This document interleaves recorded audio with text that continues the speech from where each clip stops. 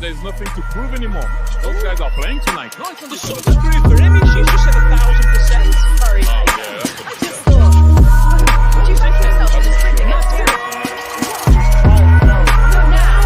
I know, but that's what I'm saying. Yeah, what about now?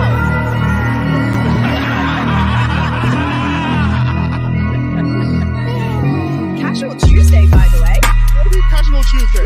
Got your boots on, your combat Frank de Boer speelt de bal. Heel goed naar Dennis Bergkamp. Dennis Bergkamp neemt de bal aan. Dennis Bergkamp. Go down, let's go down. Look, man.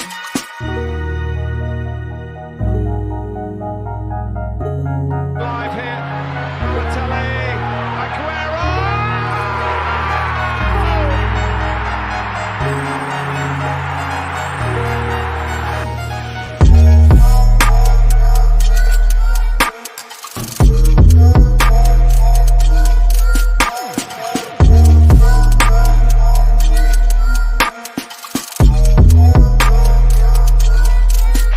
12 minutes to go in normal time. Liverpool 3-0. Corner taken quickly, Origi!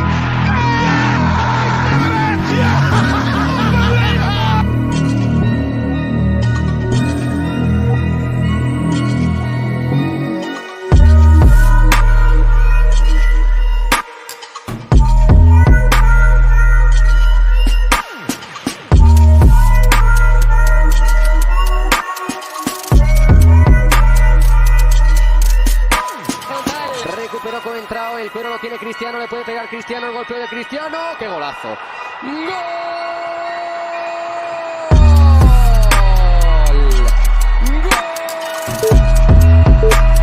¡Golazo de Cristiano Ronaldo!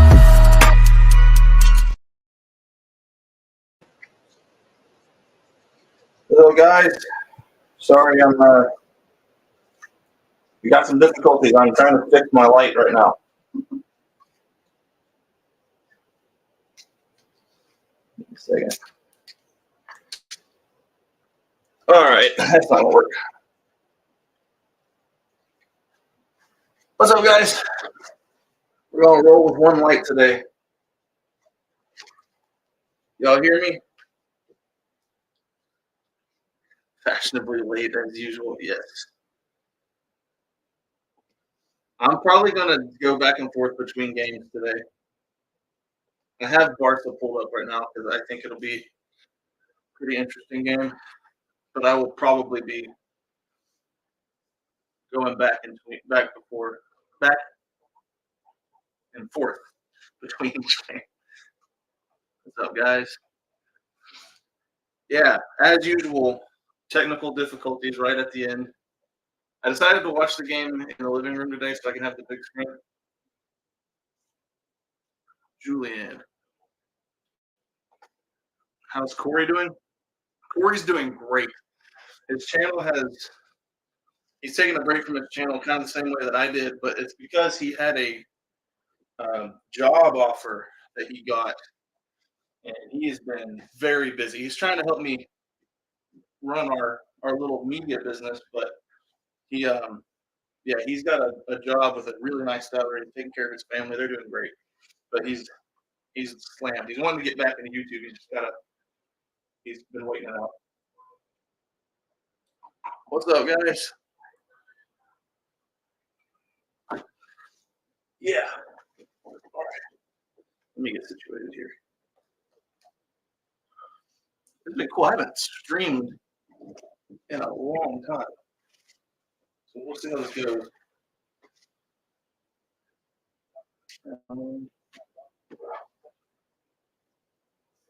What's up? How does Corey feel about the Newcastle loss? I don't know. I definitely hit him up via text a lot. I'm right now. I've got Barca queued up, but I will probably tune in for both. I'll probably switch in between as the stream goes on.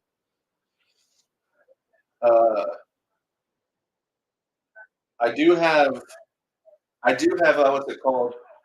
Interest in the Arsenal game because now they're my rivals. But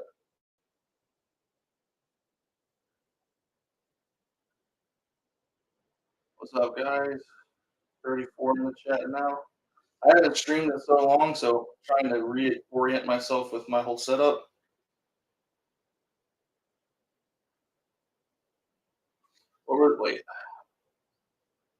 What results are you hoping for the two fixtures? I'm definitely hoping that Arsenal loses. Friendly rivalry there. Not so friendly rivalry for y'all, but for me, yes. I haven't been following Barca very closely, not really, unfortunately. I followed EPL very closely this year, but my time has been so busy with school that I haven't followed most of the leagues.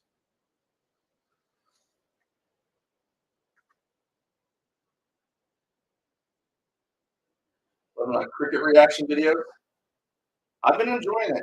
I'm really impressed by the technicality of the game. My voice getting drowned out. It's probably because the camera is so far away. That's probably the reason. But if that doesn't fix it, then it's my connection. And some of the troubles I've been having today have been because we have, like, every single time I do a stream, we have thunderstorms. Like, we're having pretty crazy weather right now. But it probably was because I was too far from the camera.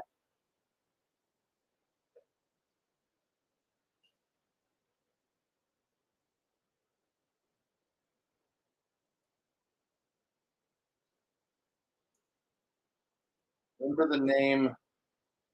How do you say this? Lamine Yamal? Is this the young guy that everyone's been talking about? Oh, nice. Sweet. So, I'm going to do a fun thing today. Let me get this invite set up.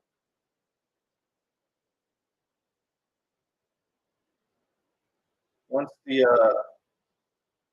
we've streamed here for a little bit, I'm going to invite some guests on to hang out.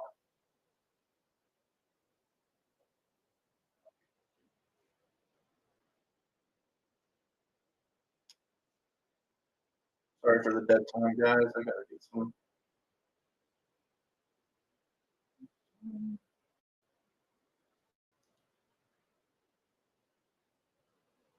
Do you guys hear the analysts, the broadcast that's playing right now?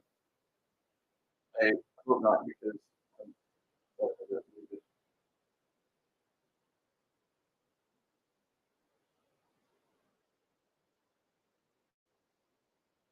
that's an important text.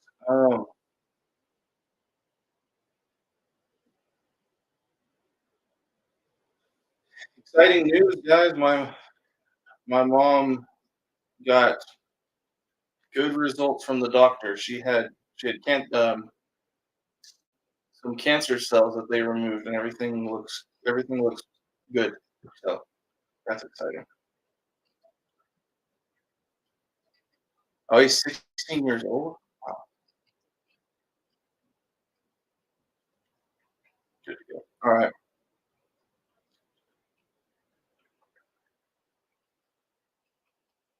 Have I heard of Tactical Manager on YouTube? I don't think so. Let me pull it up real quick. Tactical Manager. He does U.S. men's national team stuff. So far, the only U.S. men's team YouTube I have checked out has been Men in Blazers. But yeah, I'll check some of this out. Good stuff.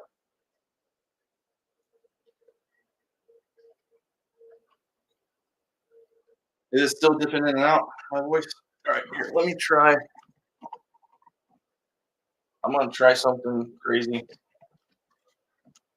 That angle is weird. Wait, everything. That angle is so weird. I think it's the proximity of the camera to me that's causing the the issue. But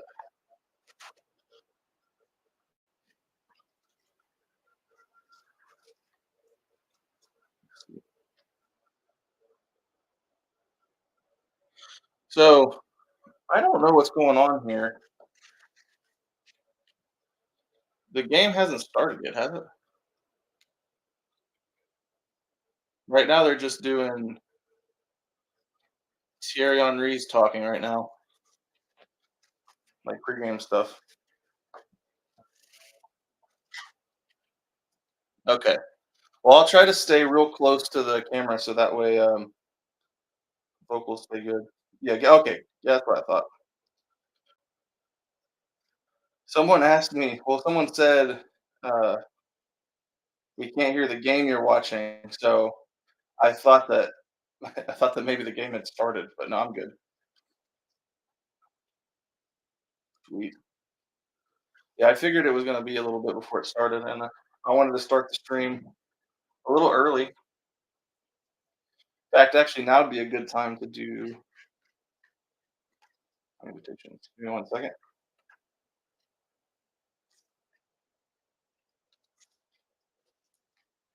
As I said before, if y'all hear crazy, crazy thunder, we are just always having severe weather around here.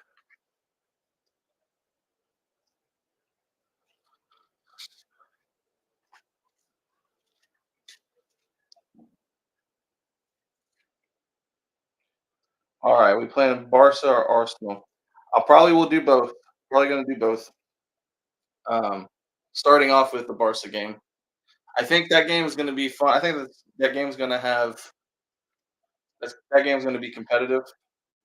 Um, but I think that Arsenal's probably just going to pour on a bunch of goals, and so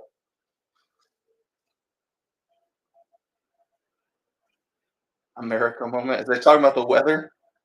Yeah, the weather is awful, especially in New Orleans. That's where I'm at right now. All right, invite link.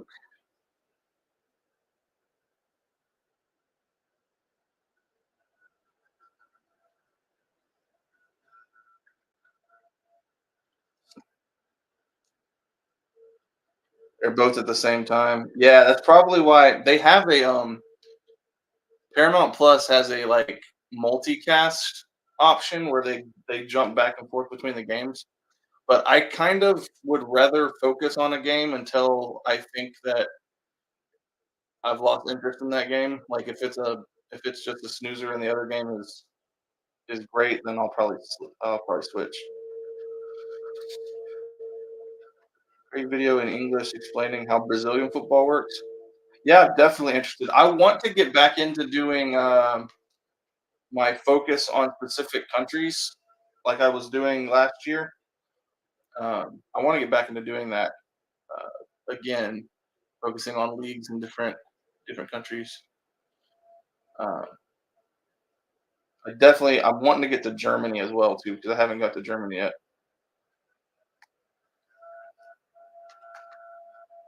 Have you checked Bundesliga's 50+1 rule? No, I have no clue what that is. Somebody want to tell me what that is, or should I make a reaction to it? I definitely need content ideas. So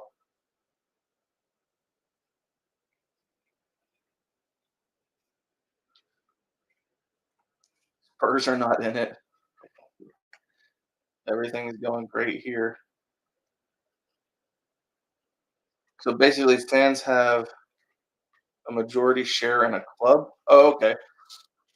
So it's more of like is it more of like a democratic system, kind of like where fans are able to have uh, 50 plus one. They have the majority share. Okay, that makes sense. So they have the fans collectively have more power than the owner. Is that what that is? My own practice going, guys. I've got to get back into it. So I've been trying to get back into training again. We almost um, we almost had a league set up in my college where we were going to play. We had about 30 guys who had interest in setting up a league, but our school administration wasn't able to approve it in time. So I'm I'm gonna get back into training again. I want to join like a team and play, but I'm like really not good enough to play against other people in the city. So I liked the idea of playing with just guys on this campus so that there's a little less pressure on me. But um, yeah, I haven't done I haven't done any content on my training in a while.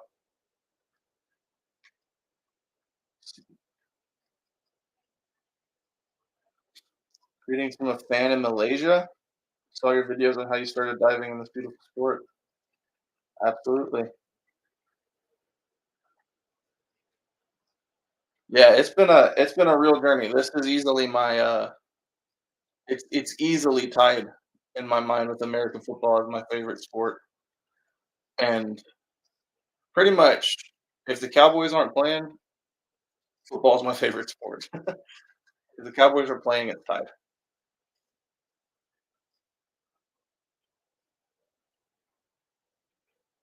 Been keeping up with Spurs? Yes, I've been keeping up very closely with Spurs. Um, I haven't watched every game because the time zone difference, but um, is that link not working? It should be. See, it keeps doing this. That's not the right link. Give me a second. It's supposed to be an invite link. Um,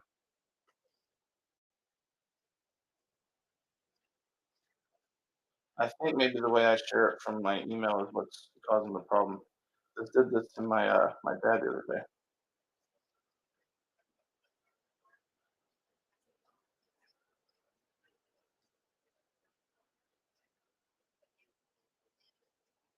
No, hey, y'all give me a second. I'm trying to figure out. Joe, is the link that I sent in? Is that taking you to a StreamYard account creation? Because it's supposed to take you straight to the studio where you can log in. Sorry, guys. Um,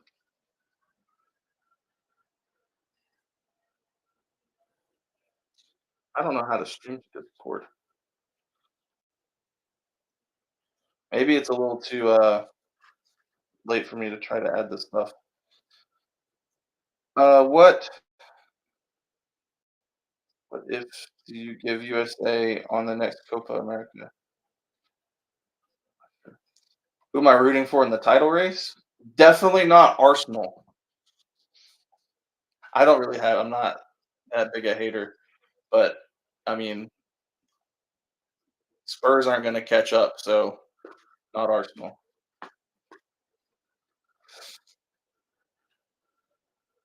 Yes, I did watch the Spurs Villa game. That was awesome.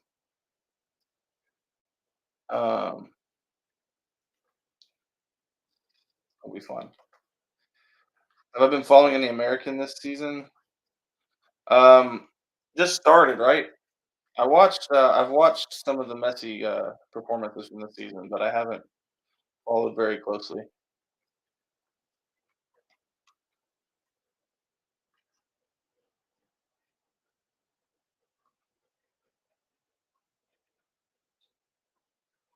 Yeah, if you Joe, if you can enter the studio, that should be the right thing. Um, and then I can add you and remove you from my end. Can I name? No, I know nothing about Napoli. I actually know nothing about um, Barca right now. So I'm interested to watch this game because I don't really know what's going on either side. And oh, have I followed any Americans? I know that Pulisic's been balling out this season.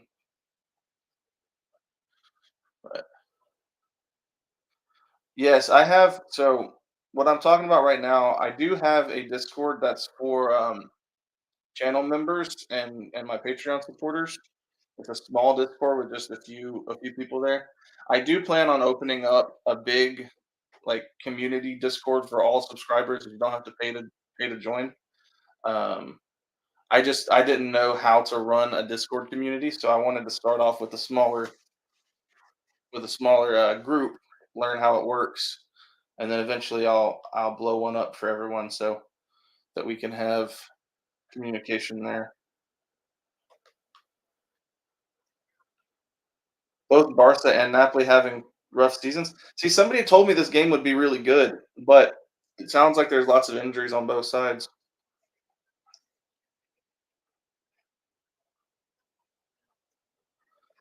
Wow, Barcelona's playing with a 16-year-old and a 17-year-old. I'm interested even just to watch that happen.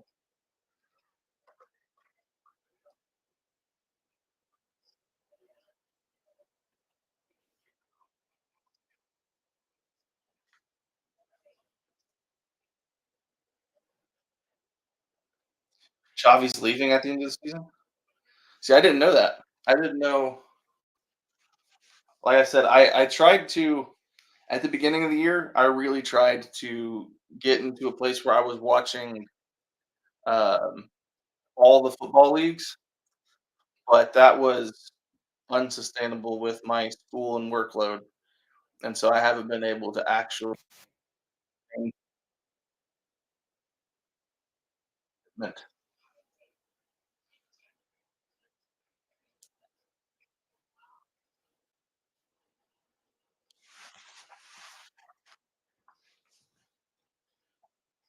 I've seen the Copa America schedule.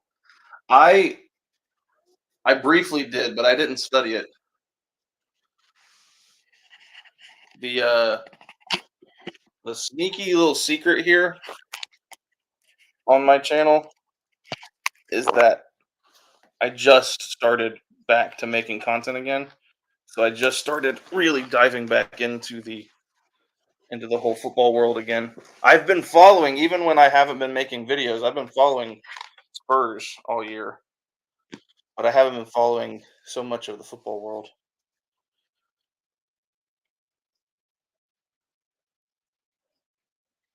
Oh yeah, okay. Here's Joe.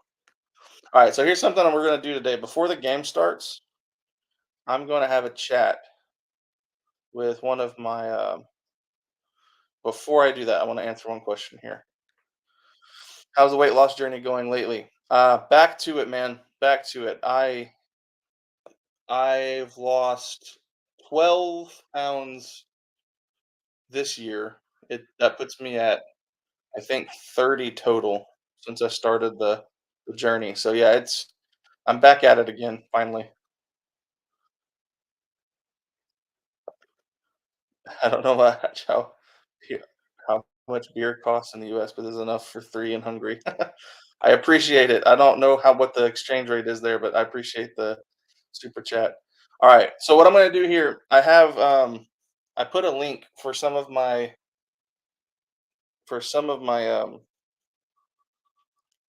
Discord folks that are on my membership. Give me one second. And I want to have a chat with them real quick before we get started. All right, I've added Joe here. How you doing, Joe? Hello, hello. Hey, you there? Jojo, are you there? Yeah, yeah. Oh, Sorry, it hey, might what's be up, a bit man? of a delay. Oh, yeah, I got you. So Joe, I only know you from your avatar in the Discord community. So let's get to know each other a little bit. Are you are what? I can't even remember. You're a United fan Um, or no?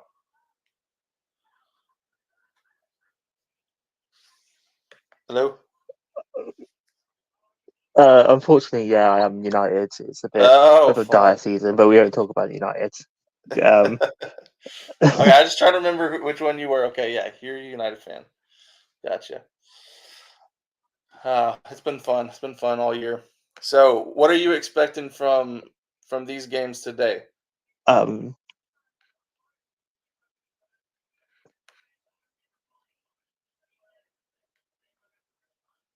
what was I say? I think yeah, I like as much as I hate Arsenal because the rivalry, but Right. I think they will crush them. I think they were like 3-0 or something, and Oh, then really? Barca will just smash them as well. I don't know. Gotcha.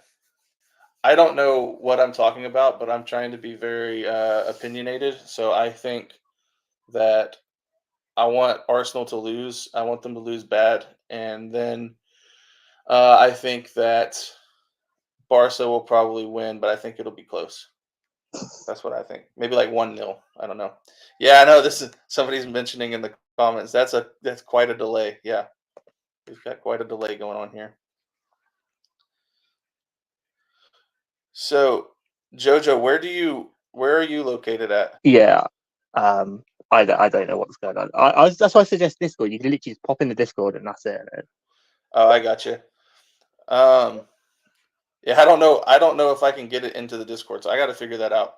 So, Um, send you me. say I'm Go for it.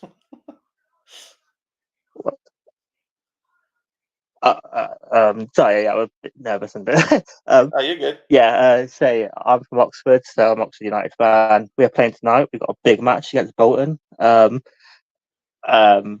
but hopefully we'll win. But yeah, come on, Oxford, let's go. Up the U's. Oxford against Bolton. All right, that's fun. Um,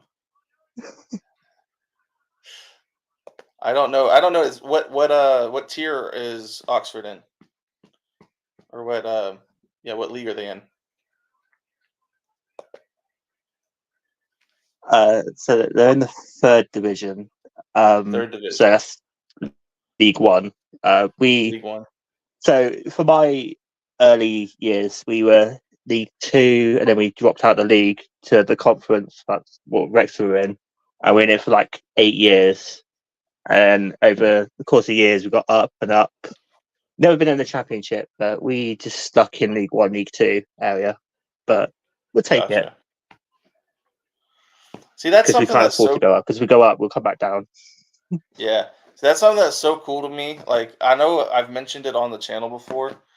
Like we just don't have anything like that over here, where like you can root on a club to promote and like you can really ride out the emotional wave of supporting a club. That's something that like is so foreign to me, but it's something that I wish we had. I think that the MLS will never do it, but there is a league opening up in the States called the USL, and they, I think, voted on implementing a sort of promotion relegation system. And if that actually happens, I think the only way the MLS would ever be forced to join is if you created a league that was making more money than the MLS. And so, who knows? We're going to see that. Uh, Wait, I've got a super chat here from Rudy. A Spurs fan won't be able Yeah, to. I hope they get on it because it just makes it more exciting at like the end of the year. But yeah. Yeah, no, I understand. Like, I understand the draw of the the end of the season games that you can have between like clubs that are either fighting to stay up or fighting to avoid relegation or fighting to promote. Like, it's just that makes me really love the sport so deeply. So, um, no, I have a question. Do you know go that for the whole draft system? That's just such a wild concept to me. Like, so if you're the worst team, you get the first picks. I was like, what the fuck is going on? Sorry, swearing, but it's No, you're just good. You're good. I don't understand. Yeah. So when the draft system, a lot of people struggle to understand it. I think just because I grew up with it, I understand it and it makes sense to me. Like the team who does the worst gets the first opportunity to improve their club, and the team that performs the best, I mean, there's still you can still find quality talent in the lower picks, but I think that it creates a system wherein kind of it's supposed to level the playing field, so you don't have teams that dominate the top of the league all the time. So like if the team that just won the Super Bowl gets the 32nd pick, like you would think that they would get rewarded with the first pick, but the NFL and our leagues want to punish you for that because they want to keep it to where we don't have dynasties or of teams that dominate at the top all the time, and so it gives everyone I guess trying to give everyone a fair shot. But my problem with it is, well, I mean, I understand why people have problems with it, is what I'm trying to say. But it's not as crazy as maybe some people might think it is. I don't know. I'm just used to it. So somebody, oh wait, before you respond, somebody here in the chat Yeah, said, I was saying that's the "Really, thing. It's just if you're used to it, then it's normal. But yeah, right? Yeah." Somebody here in the chat said, "Really confuse them and talk about trading draft picks." And that's hilarious because what you'll have happen is a lot of times, like for instance, this happened to I can talk about Cowboys because that's my team. This happened where we traded um, first round draft first round draft picks in order to receive a player that's already in the league. But this other team is like, you know what, we're not getting the kind of this was for the Amari Cooper trade. People were thinking we're not really getting the um, productivity out of Amari Cooper that we want. So we're going to actually move him out. He's just not fitting in our system well. We're going to trade him, and we're gonna ask for draft compensation so that we can choose um, players that fit our system a little bit better. And so we traded away like a bunch of picks, and so they ended up getting a lot to draft in our position from the college pool. So yeah, it's a crazy little system. Hey, uh, I know there's a delay here. This is gonna be crazy. I am going to try to figure out something if I ever have people back on where we we figure out that delay. Thank you, Joe, for popping on. Um, looks like he exited the studio. We'll figure that out so I can have more people who are who want to come on the channel and talk. But um, I think that's actually the craziest delay I've ever had over StreamYard because I've used this to do like even podcast episodes. So I wonder if it's just so delayed because you're located there in the UK. Um, anyway, that was fun. We'll do it again when we get a little better system. I'm not planning to go any Copa America games. I don't know what the ticket prices look like. That's going to be the big deciding factor. Um, you guys know that here in the States, everything costs money. And I am not of wealthy means yet, unless this YouTube channel really pops off. Let me look at the ticket prices real quick. I'm pulling this up here. In fact, actually, what I will do, I will share the screen.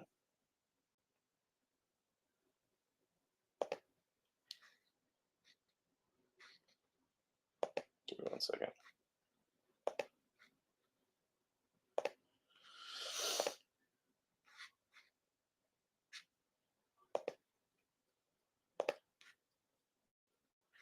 All right, let's look together and see what these Copa America tickets look like. Can y'all read that? That's tiny. 1 second.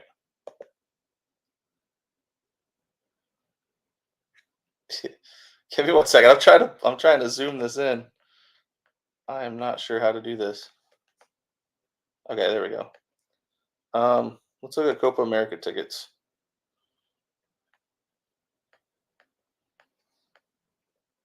So there is a game in Arlington. Okay, that's that's the Cowboys Stadium.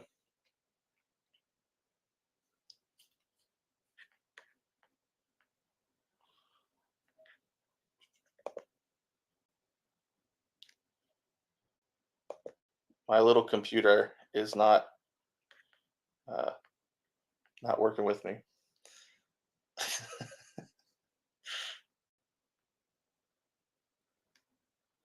All right, the tickets aren't that bad. Those are really high tickets.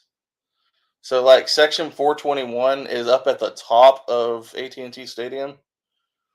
$81. Looks like if I wanted better seats, it would be a little more pricey. But I will tell you this, that give me 1 second. Yeah, these tickets actually aren't that bad comparatively. Like Messi tickets were going like $1,700, or stuff like that. Yeah, that's actually not bad. And also, I've been to games in AT&T Stadium before. I know that even at the very top of that stadium, the seating's actually not bad at all. So I don't know. Maybe I will try to go to a Copa America game. I actually would like to see the U.S. men's team play. Let me see. So stop screen sharing. Go back to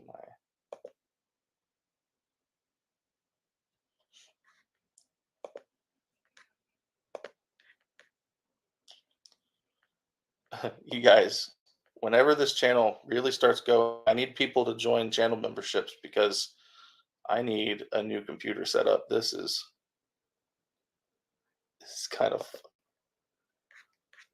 messed up. All right. Yeah, that's not right. Okay. I can make this work, but I have to run like cool. Y'all can hear that sound now, can't you? I have to run everything from one screen instead of having like the multiple screen layout so I can multitask in different windows. Okay, what's the reasoning here? FC Dallas tickets are fairly decent if I ever want to watch MLS. Yeah, I looked at going to an MLS game last season in the spring. Yeah, their tickets are very reasonable. If I was going to go to a Copa America game, you'd have to get tickets as soon as possible before they're gone. Understood. We'll let me look at the old schedule and see if I can fit that into content creating. I think if I look at it as a business venture, I can make it work. The U.S. first game versus Bolivia is at AT&T.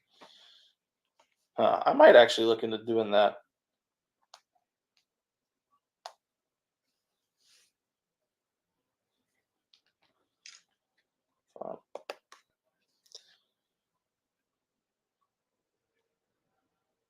Yeah, I was actually surprised to see the prices on that. That's even cheaper than going to an NFL game, just a regular season NFL game. Even the high seats for those games are up around 100, depending on the team you're playing.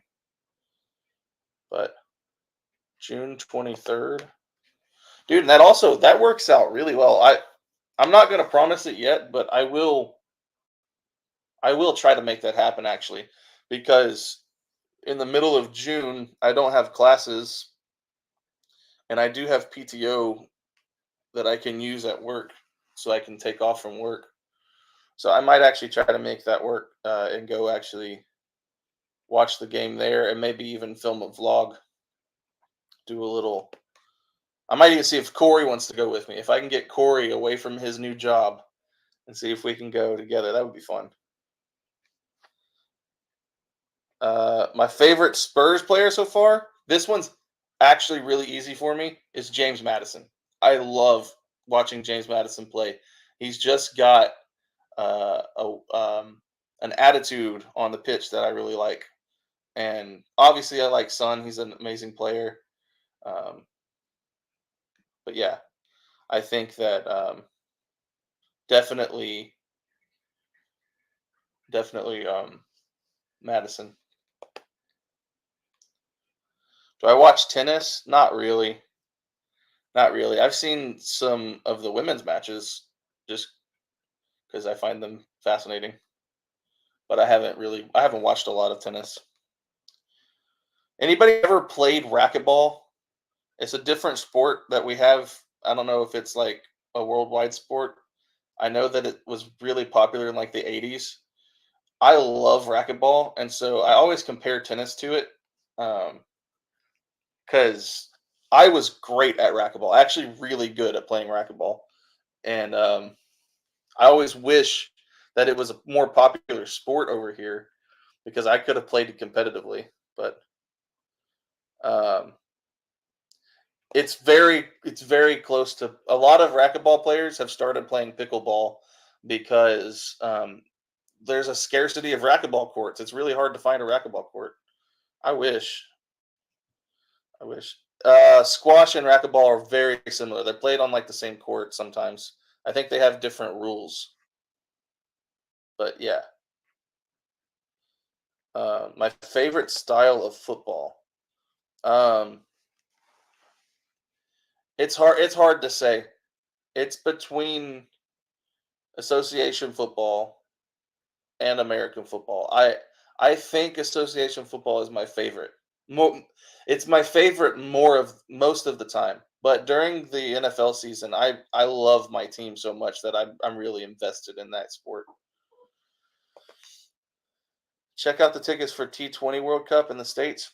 Yeah, I know. I just started doing cricket reactions and I've enjoyed it, so I might actually go check out a cricket match. That'd be fun. Used to play racquetball in the 80s. It was super popular in St. Louis. Yeah. I My dad was an amazing racquetball player and he took me to play racquetball from the time I was like maybe I started playing when I was like 10 and we played all the way until I moved away when I was 20. And so I played for about a decade with him very regularly and I never beat him. I never beat him. I got really good. I could beat everyone that would around us that we could play, but I could never beat my dad. And he would never go easy on me either. Even when I was 10, he wouldn't go easy on me. Um, I know pickleball would be great for it. That's why I'm saying racquetball because I know how to play it. Racquetball is what I played during the football off season to stay in shape. And when I played American football in high school, I was always a big guy, but I was in relatively great shape when I was playing, and that was largely because I would play racquetball in the off season to stay in shape. Um, there was something that um,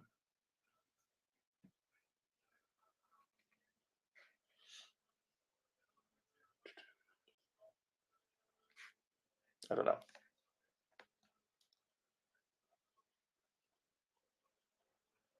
Yeah, cricket prices. I will probably go check out some cricket. I actually this interesting. I reached out. We're gonna see if it pans out, but there is a we have Major League Rugby here in the U.S. It is not popular, but it's like a baby league. They're trying to get it started, and so here in New Orleans, every Saturday we have the NOLA Gold who play Major League Rugby. I reached out to their media team, and hopefully I'll be able to film a behind the scenes sort of vlog where I can go through their facilities and vlog a rugby game from the sidelines. That'd be fun. We're trying to see if they'll go for the idea. Help promote their league. It's actually kind of sad. I have more subscribers on this channel than Major League Rugby has on their channel. So the league really is small, but hopefully we can get it set up.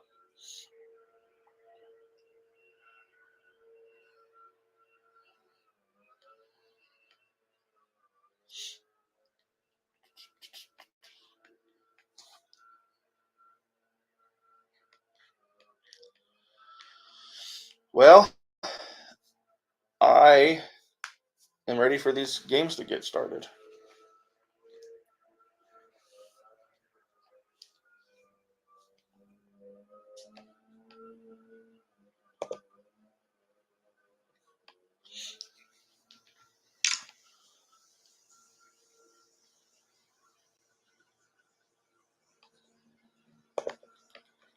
I don't really think I can give much of a good footballing analysis yet, but I think that definitely look promising. Yeah, definitely look promising, and um, I'll be excited to see what he can give.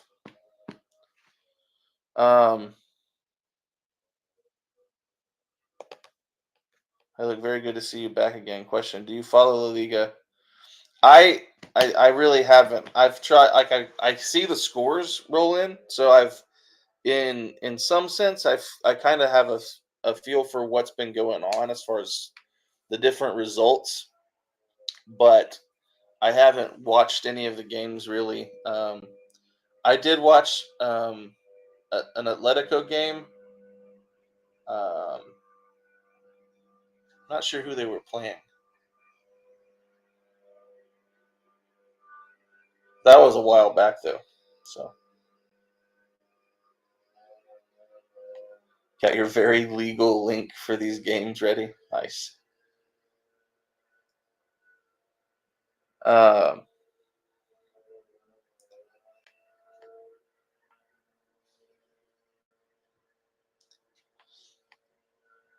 that's funny.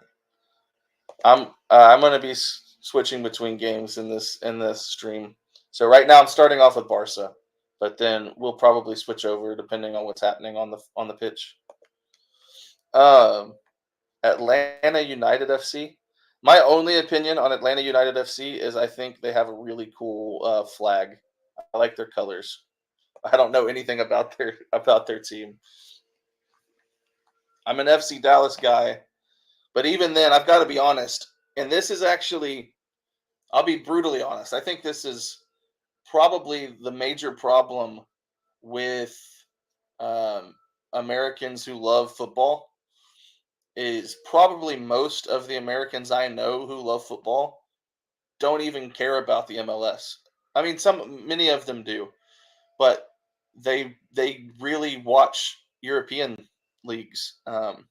So that's something that we got to change, and I will fully admit I am part of the problem here. Um, so yeah, or I guess I am part of the problem here. What is the most absurd nation you have heard that one of your viewers is from? Let's look it up. I don't want to say absurd nation, but I have been shocked that I have so many supporters like all over the world. It's actually quite crazy. I can find my demographic breakdown here. So average age of my viewers is between 18 and 24. Actually, my biggest group is 25 to 30. All right, let's look at my geography. Let's do this last year.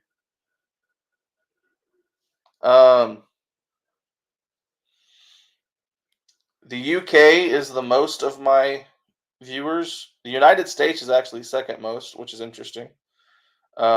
Germany, South Africa, India, Australia, Indonesia probably is a surprising one for me. Netherlands and Sweden. I think Sweden surprises me, but I think that makes sense because I've done some reactions to the Swedish god. What is his name? Zlatan Ibrahimovic. So I guess that's where some of the Swedish support comes from.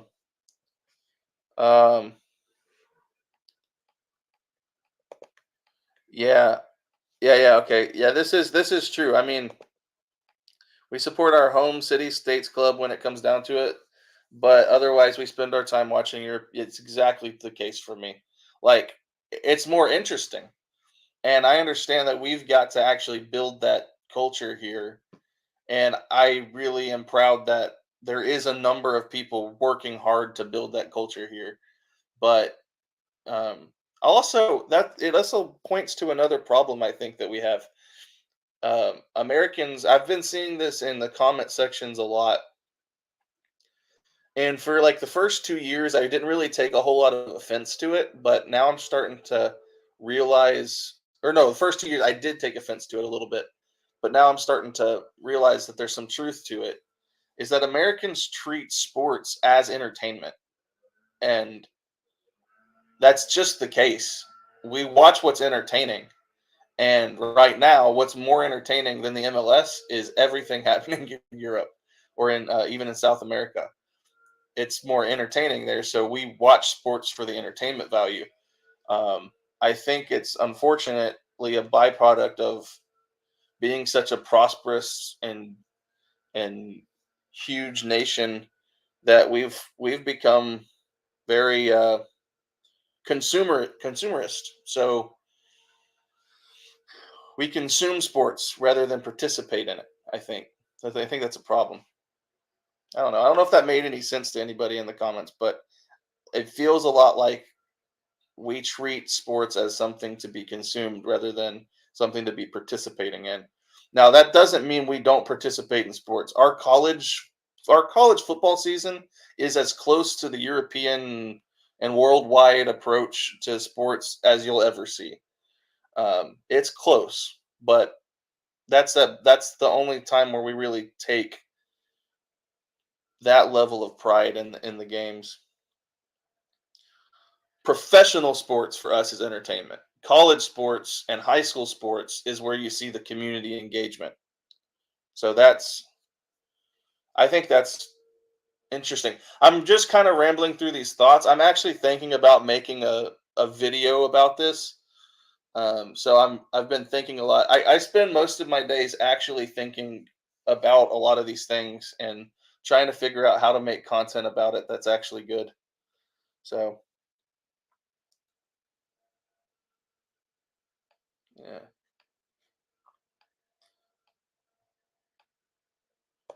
So yeah, my friends who only follow the NBA saw people crying in the World Cup over Argentina winning. It was like, it's just sports. Why are they crying like that? And see, that's so unfair because I do think there are lots of Americans who support their clubs, like their professional teams that way. Like if the Cowboys won the Super Bowl, you'd see me in absolute tears. Like absolutely. I cry when they lose. So some of us really do treat our sports that way. But unfortunately, I do think that we have a mindset of we want to be entertained more than we want to be a part and be like participating in it. So, anyway,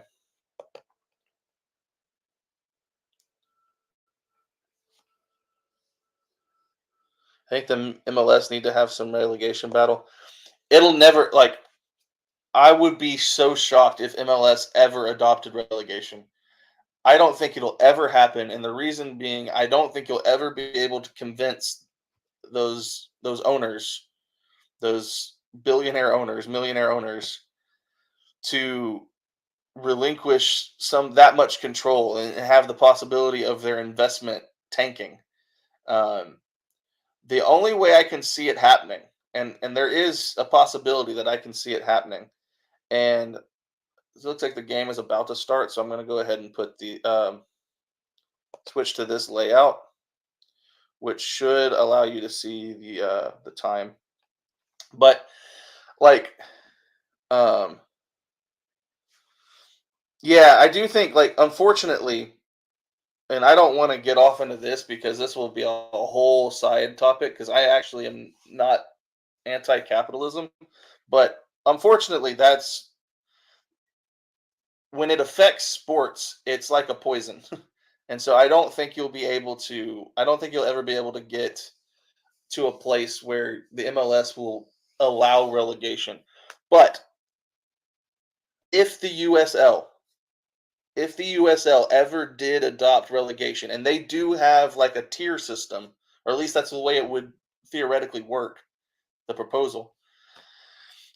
If they had a tier system and Americans stopped supporting the MLS, which is going to be impossible because Lionel Messi's in the MLS, and there's been so much, money and time put into promoting the MLS right now, so it won't happen. But if the USL became more popular and more supported with their relegation system, then I think that there could be a situation where the MLS has to adopt a tier system and be the top flight system for.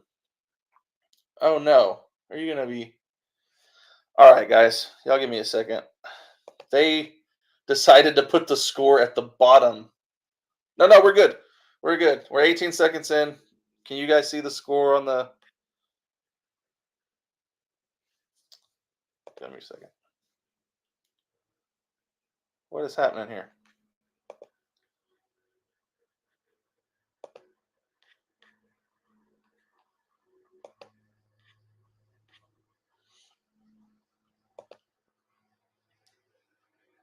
Can y'all see that?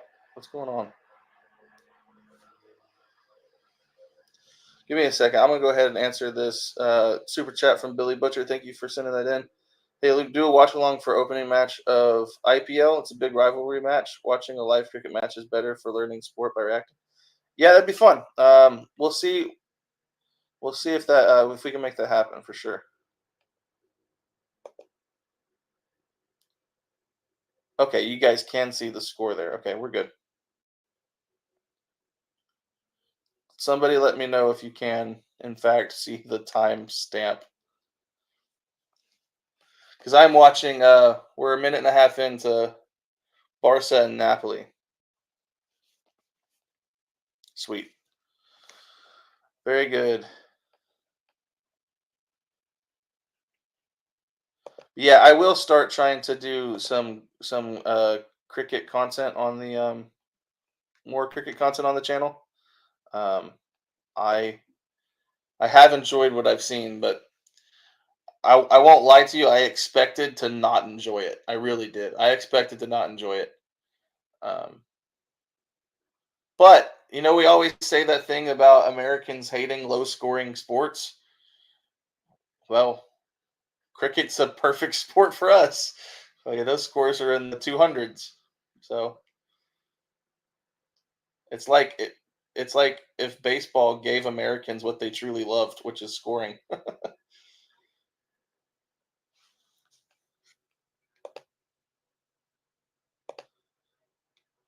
Come on now. I lost the comment section. What's going on here? There we go.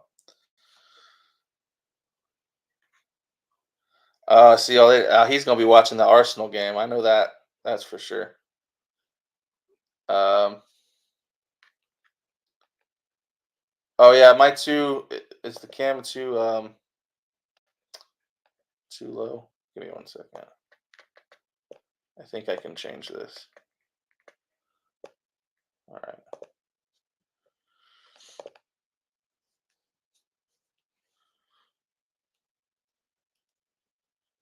I think this is the first game I've ever watched. I think so.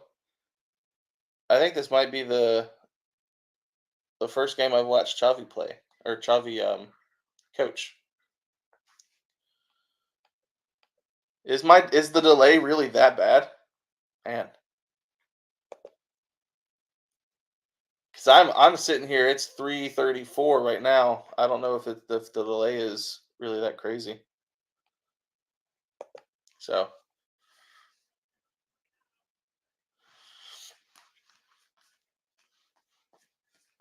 all right.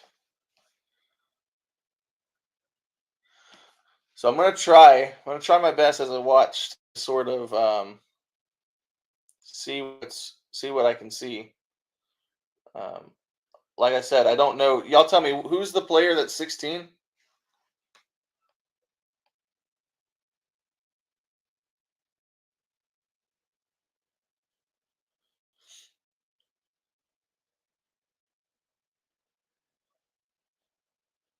Yeah, they're already setting up scoring offense this quick.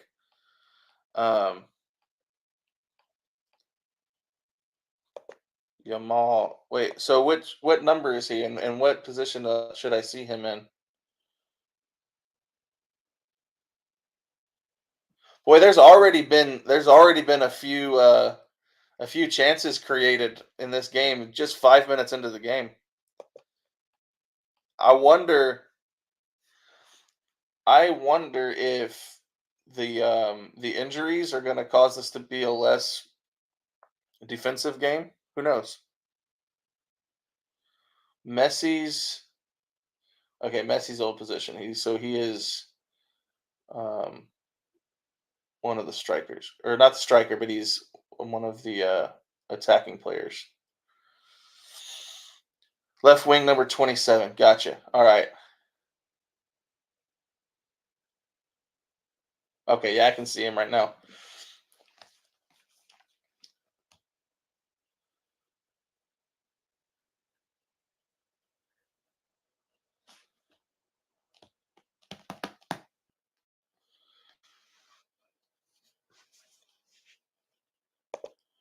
Name is on the shirt. Very good.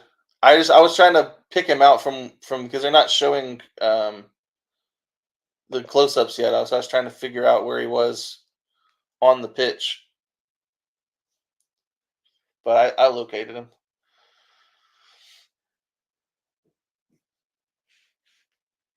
So right now, I see 4 Barca players playing up, like creating a line, a defensive line. Are they trying to do? Is that an offside trap? Is that what they're trying to do? They're trying to force Napoli to, like that right there. Isn't that offside? Yeah, that's offside. Number 21 for Napoli just made an offside run. That pass was clearly he was past that line. So is that what I'm seeing there? Is that an offside trap? Because like Barca is lined up with 4 across the back, and whenever the player makes a run, I mean clearly he's going to be offside. So it I think that probably stops your ability to play vertically. Trying to think through the tactics here. This is the first time I've really tried to analyze tactics as I'm watching a game, so I'm probably going to say some wildly incorrect things. But I'm going to try my best. High defensive line. Sweet.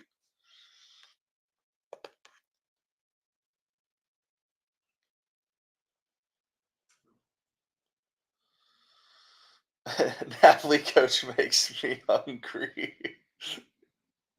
Fair enough. And Italian food is incredible. I can't eat Italian. I pretty much can't eat Italian anymore with my diabetes.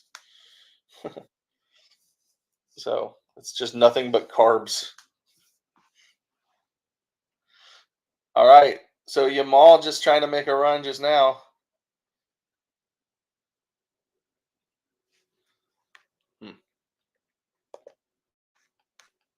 Hard tackle there.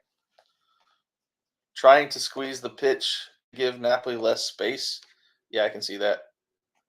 It also helps for better pressure. Cool.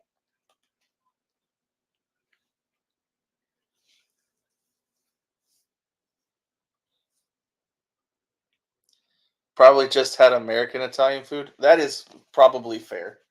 I probably have not had legit Italian food, but basically all the Italian I've had has consisted of breads, pastas, and all kinds of carbs. It's fantastic. It's very good.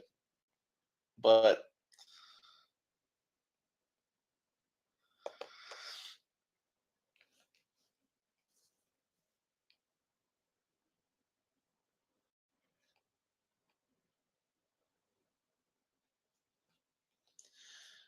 yeah, guys, this game really has started fast. I've been impressed with the amount of. All right, we got another chance here. Getting the ball out to Yamal. He's hit the pitch twice pretty hard now. Oh, they got him in the little Yamal.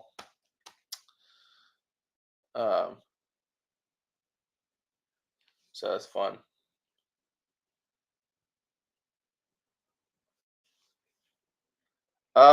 Billy, yes, I do have a Discord. So probably actually be watching out this week. I'm going to create a Discord that's a public Discord for everyone to join. Currently, my Discord that I have is for people who are channel members and Patreon supporters. It's a really cool little community of those who are supporting financially, and it's a fun time in there. And so I think we're gonna open up one that's just public, so you don't feel like you have to. If you don't feel like you are in a place where you can support with money, which I totally understand, then I'll still create a Discord for everybody. I'm watching Barca Napoli. Yeah, I know it'll make less incentive. I really am trying to get into a zone where I'm making extra content for members.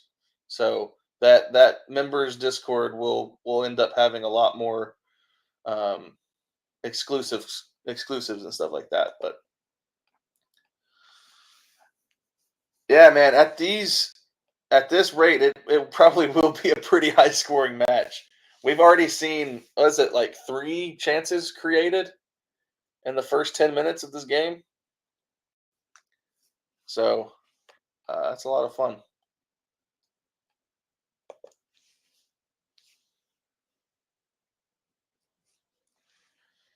So I want to make sure.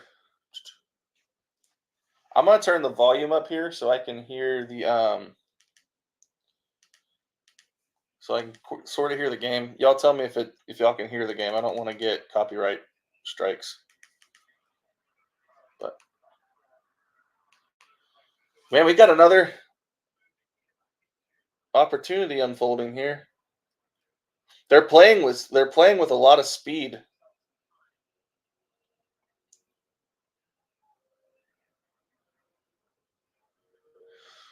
All right, which one is the young center back?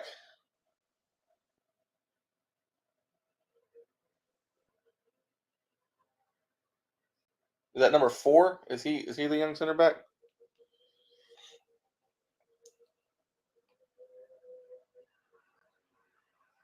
Oh, that's offside.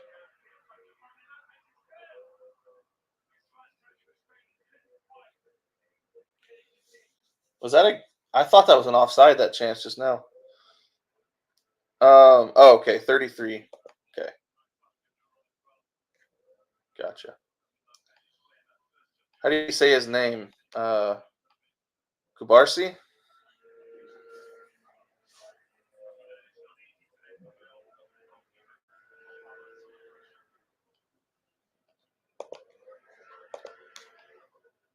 Oh, so he's the one that made that pass just now. That was a fantastic pass. I thought it was offside, though. I guess maybe he made that run before.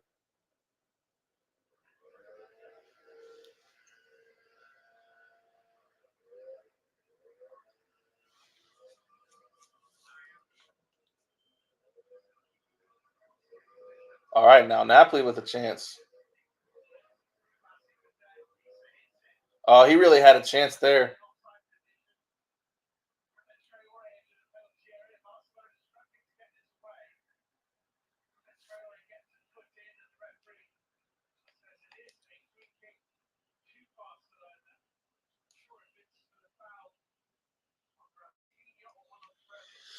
Huh. I don't know who I'm rooting for here. I actually think I expected to be rooting for Napoli, but I actually think that Barca have looked great, and it's actually fun to watch. So we'll see. I'm actually just rooting for a good football game. That's really what I'm rooting for. I don't have really a vested interest in either team.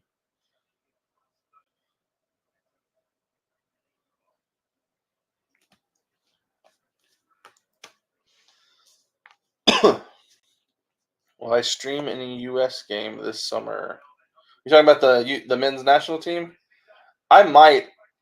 Oh, we got a chance. Oh, we got a goal. That was beautiful offense right there.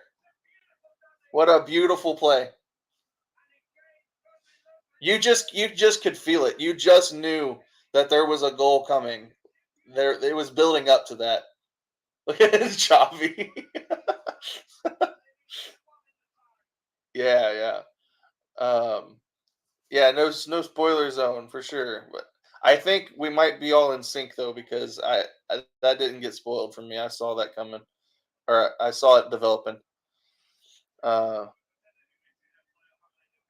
just remember, it could be a long night as there's extra time and pins if needed. But it's not going to be long for me because it's in the middle of the afternoon here. It's 3 p.m. in the afternoon for me. So, I mean, it might make me start dinner late, but good pass. And just wide open. I mean, I think, oh, wait, a little bit of a nutmeg there. Um, it's just poor defending.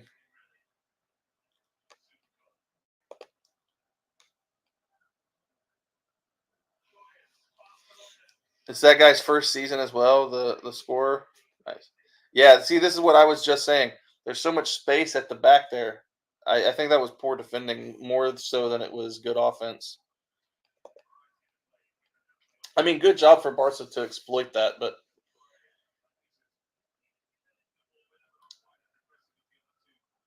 boy, this is gonna be actually a high scoring game. The more I've been watching. Napoli's got a chance here.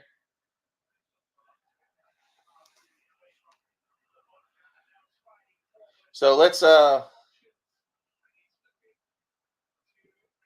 we got a chance. We off the post.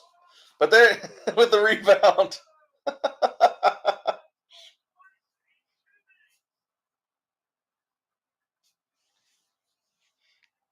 All right, here we go.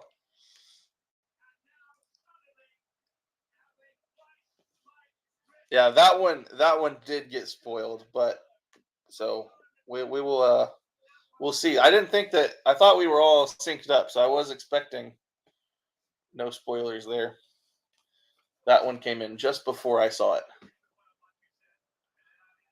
Man, look at this. Look at there's so much space here. I just don't think Napoli are going to be able to do anything about this. Just lethargic defending. Who is that? 32 here. 22. Look at him. He's so late to react to that rebound.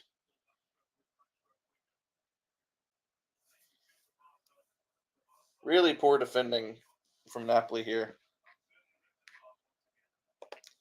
The thing about the high defensive line too is that you have to get it right every time, or else there's so much space for attackers to run. So are both teams trying to run that high defensive line?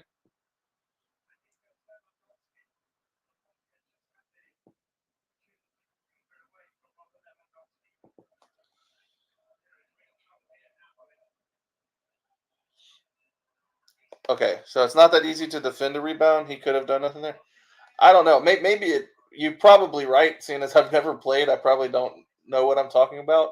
It looked to me like he gave up on the play, and then when he realized that it was still live, he made an effort to try to go defend, and then obviously he was out of position. So um, the goal scorer made a great move on him. I don't know his name. Great save! Great save with the foot there. Checking that out on replay. Napoli had a chance for a response just now.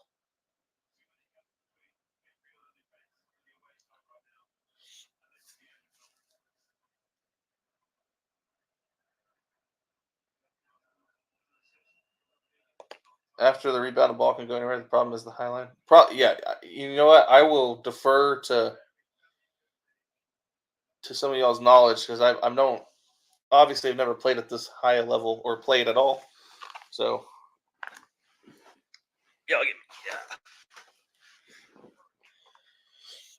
Now during the injury stoppage, I can have a snack. And I'm not gonna have an unhealthy snack like the Super Bowl party. We're gonna have strawberries.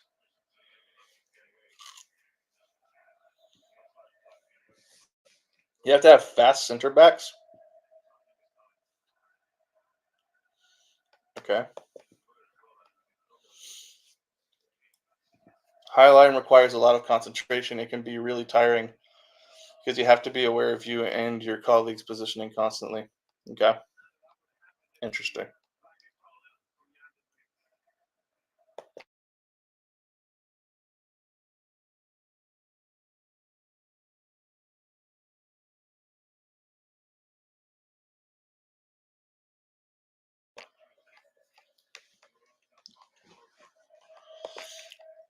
Yeah, I do play video games. I do have Football Manager. I haven't played it. Are we going to be onside? Okay, I was about to say, they're going to call that offside. I have considered playing Football Manager. I want to do it as content on the channel, but I just don't have the equipment to do gaming on the channel yet. So I'm trying to, because it'd be better on a PC than on the Xbox. I don't know how to stream from Xbox, to be honest. And the game actually looks different on the Xbox, so I need to get a gaming PC for content purposes. The rebound is so random, hardest thing to defend. Okay, that's probably true.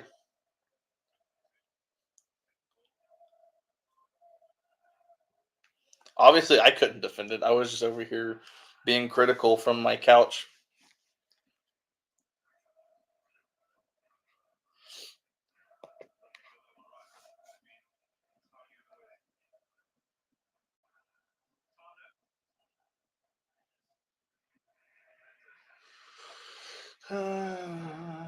So 2-0 to Barca right now. I didn't expect. I expected more of like a 1-0. So that means that Barca's up 3-1 on aggregate. You're critical from my couch. Yeah, I have opinions. They're not always good, but I have them.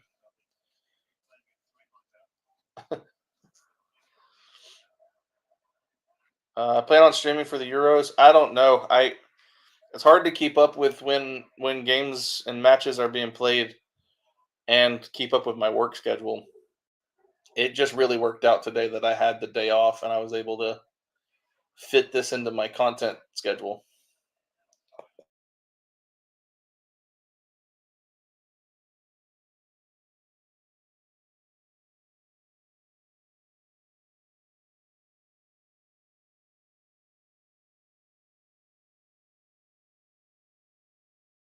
These strawberries suck.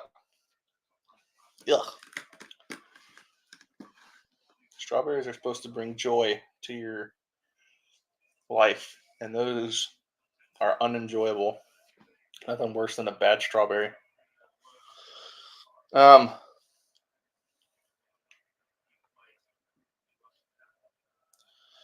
Football Manager is a great game, but it's hard to stream. Yeah, and I wouldn't be trying to stream the game so much as I think that I could actually make interesting content with Football Manager because I do a lot of tactics related stuff on the channel, and I actually think I can make some more like, I don't know, like a series of following me as a manager through a season. I think we could make some fun out of it.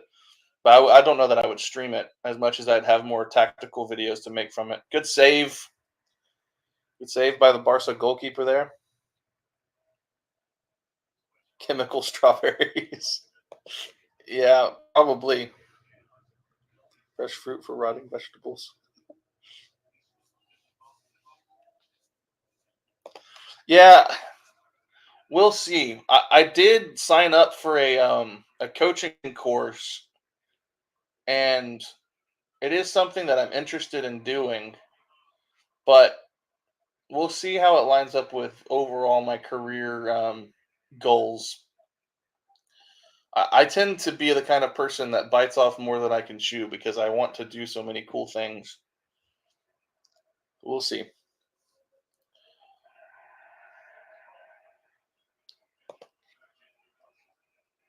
Somebody says Barca's offside trap won't work for 90 minutes. I'm sure it requires a lot of energy. Do you think that Xavi will have them playing that for 90 minutes, or you think that he'll drop out, once they're almost 3-0 up?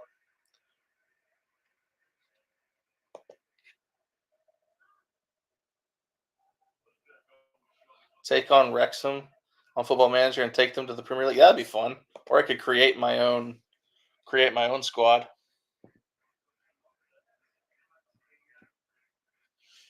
Yeah.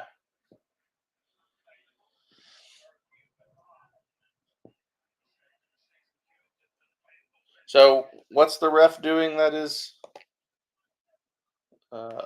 unsatisfactory? Huh.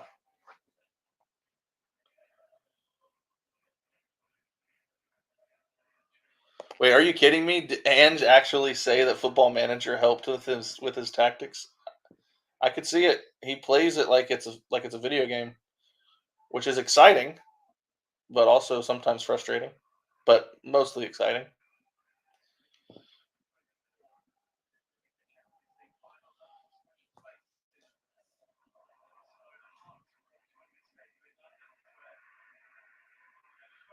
Barca's doing a good job of regaining possession.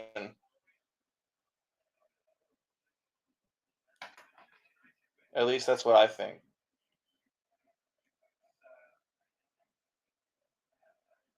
Pace is sort of slowed down now. Now they're being a little more clinical as they march up the field or the pitch. I'm sorry, guys. I won't be able to turn my American off.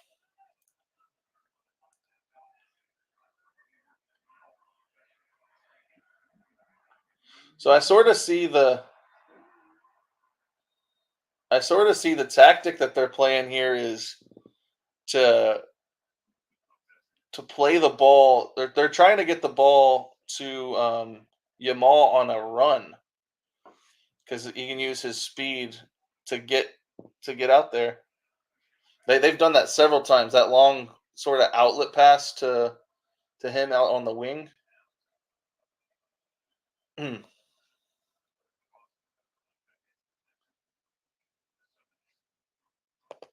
Yeah. Ref is always unsatisfactory. That's like football 101. Yeah, I did. He's the only person that deserved a reaction video as an official. He was fun. He was fun to watch.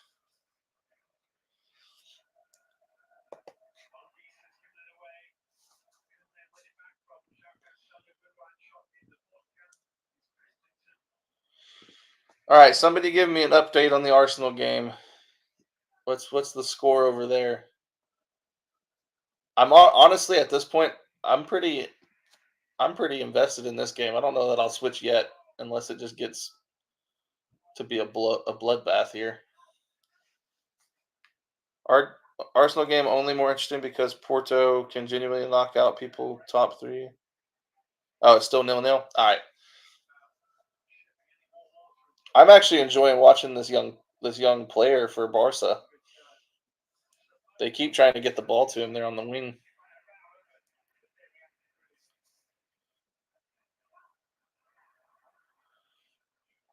He's gonna, tried to create a chance there.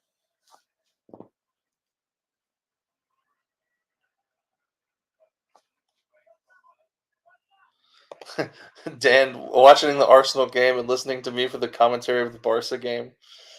That's funny. Well, Barca game so far has been pure excitement. Napoli is playing poorly, but they're playing hard, so it's understandable. Yeah, Barca's still playing that high defensive line, so until I guess Xavi's saying until you guys can beat it, that's what we're gonna send your way.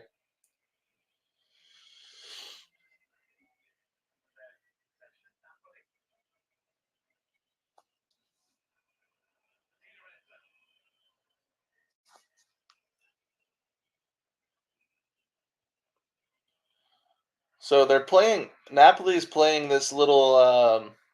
Is it? I guess I don't know if it's strictly relationism, but they're playing in these little triangle, um, triangle passing schemes.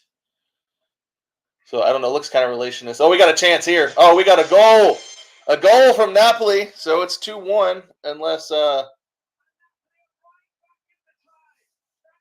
there was anything nefarious on that goal. But yeah, that was, let's see what happened. Let's dissect it here.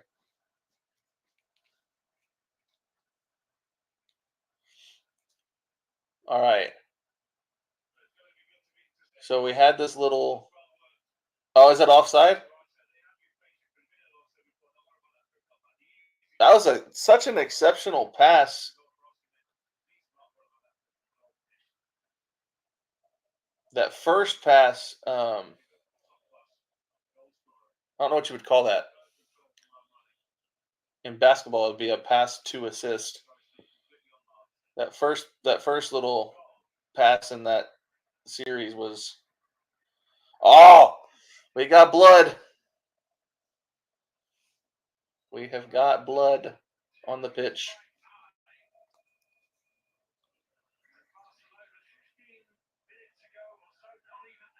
Yeah, it was onside.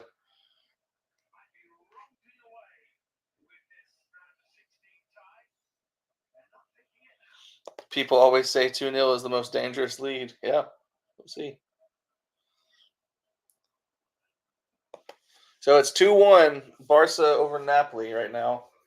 And that was a really well-orchestrated goal by Napoli. I was just commenting about how they were running those like triangle passing schemes. I don't know what to call them other than triangles. And they were doing a great job of distributing the ball. And that goal was literally that triangle played out at a greater distance. Yeah, it was a pass. I don't know how to use the right words to describe what I just watched, but it was the triangle scheme played out on a bigger scale.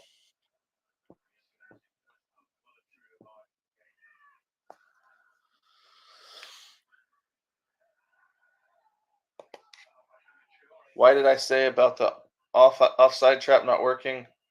I don't know. Araujo kept him onside. Huh.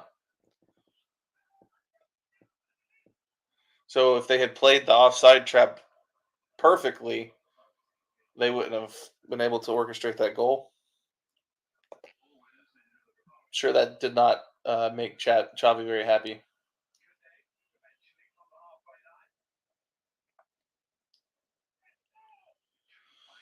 All right, we got an attack going here from Barca. Oh, we got a chance. There's so many chances in this game. Lewandowski there. Man. This game is going to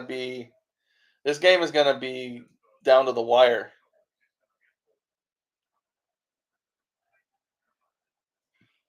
There have been several great opportunities both sides here.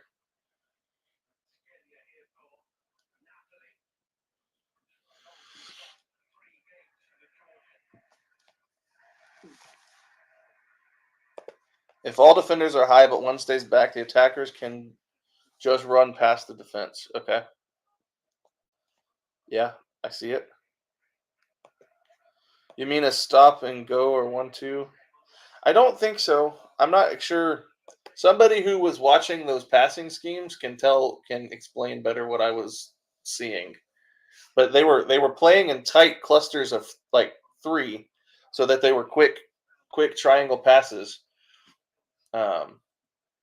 And then that goal, they weren't in a cluster, but it was, you had a pass, a forward pass to the onside player, and then he passed.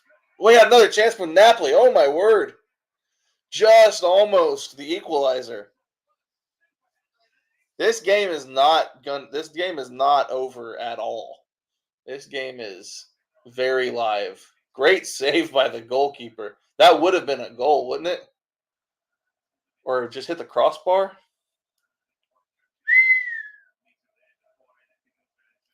This game is great.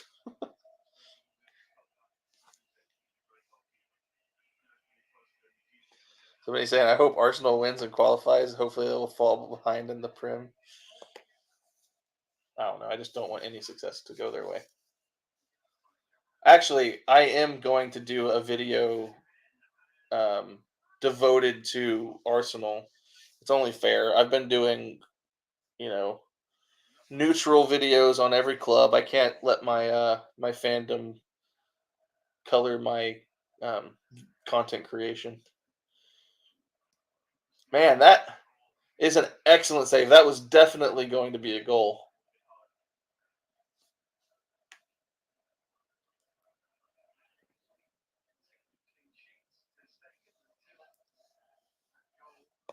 Barca's not really playing an offside trap, though. They're just playing a high line, and no one has the positional discipline to mark the late runner, which led to the goal. Pretty good. Oh, we got another Barca attack. Just decided to send that one into the stands, but you had a great opportunity.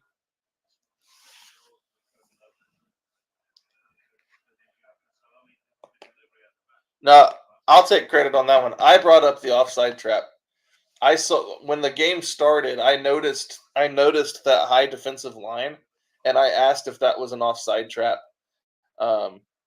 because I don't know exactly what an offside trap is, but it seemed to me like that high defensive line is trying to bait the opponent to play a vertical game and try to make a run and bait them into an offside. So it seemed like an offside trap to me, but I'm not exactly sure what an offside trap looks like in reality. So I think that's why chat is bringing that up. Oh, another opportunity for Napoli here, but goalkeeper was able to take care of that easily. So an offside trap is when they move up at once. Okay. I got you. So I wasn't seeing an offside trap. I was just seeing a high defensive line. Okay, that makes sense.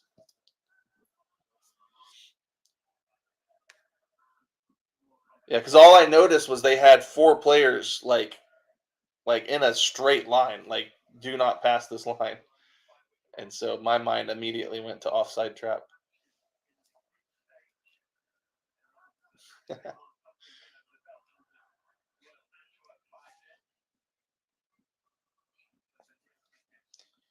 We don't expect you to know. We expect the chat to. Okay, well, that's fair, but eventually, I've got to be expected to know some things if I'm going to be taken seriously as a commentator. But I will take the I'll take the advantage of being a newbie.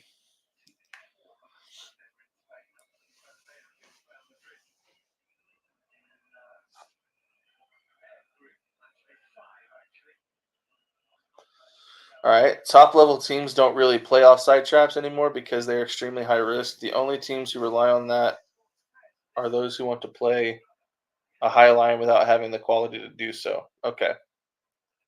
So you say they move at once. Are you saying that they're not playing a high line, but as the attack is on, they move quickly into a high line, like for a moment to bait them into offsides,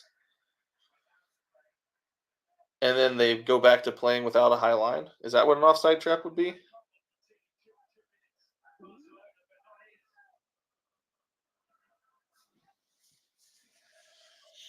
I don't know. I need to do a video now on learning what an offside trap is. The defensive line doing a Gandalf, thou shalt not pass.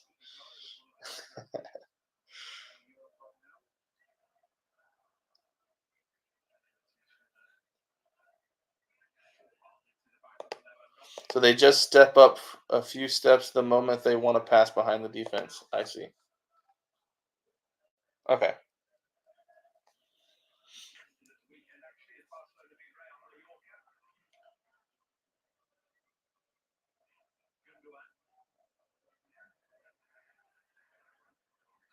Oh, Barca's got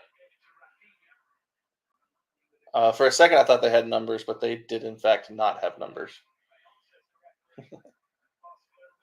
That young man, Yamal, with the ball. Good pass into Lewandowski. Not really an opportunity, but it was fun.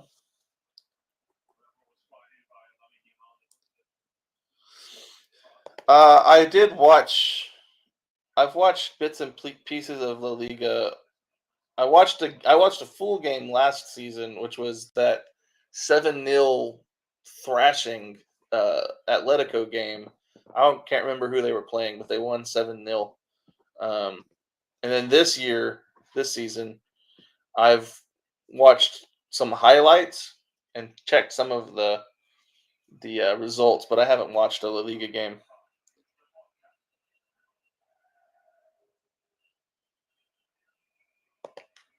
I love Arsenal. Yeah, no, I should check out the Invincible season because I know that's football history for sure, and they're a top club right now, so I definitely should be giving them some flowers. They're playing good ball, so.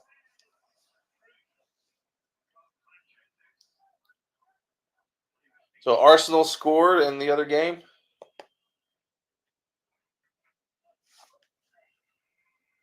Good fun.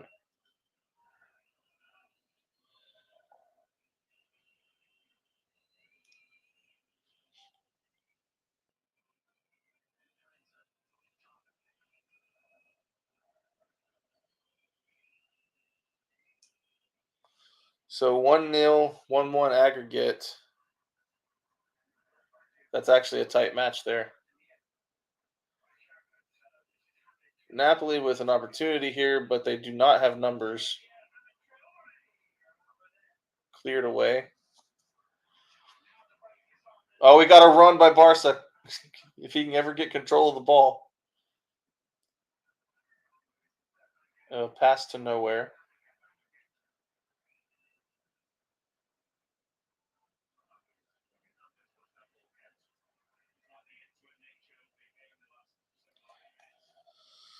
Evening, Luke from Ireland.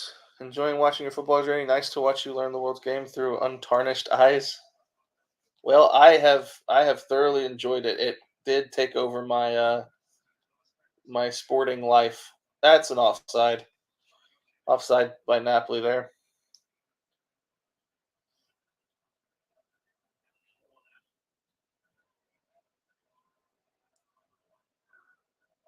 Will I be watching the T20 World Cup? Probably yes. Seeing as I've got a lot of cricket support on the channel recently, yeah, I probably will be adding that in. I'll be candid and honest with everybody. I don't foresee cricket ever taking top spot in my sporting fandom. I think various forms of football will always be the top of my list. But I do see cricket as a game that I do enjoy, so it'll be something that I will definitely be following.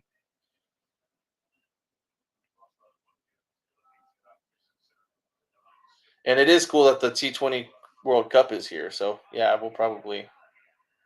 We got a yellow card coming on here.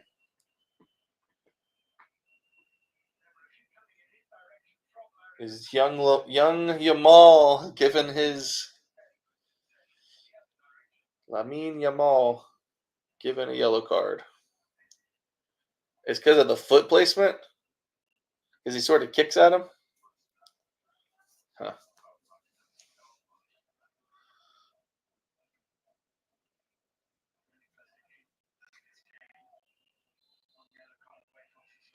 How is it for me with the play time? Because for me, for example, we got a cross into the box. Thought Napoli had a chance there, but cleared away by Barca. Yeah, playtime. The Premier League games, it's reasonable. Sometimes, I mean, it definitely interferes with church for me because the first games are like 6:30 a.m. Then there's an 8 o'clock game, and then I guess the late game is 11 a.m. for us. And then like this right now, it's 3 p.m. So most of the games are during the day. So sometimes it interferes with like work or things like that. But definitely, if Spurs are playing at the 6:30 game, a lot of times I'll just stay awake because I work overnights, and so I get off at 6 a.m. So normally I'll just get off work, change out of my tactical gear, and sit down and watch the game until I fall asleep. Because sometimes I fall asleep.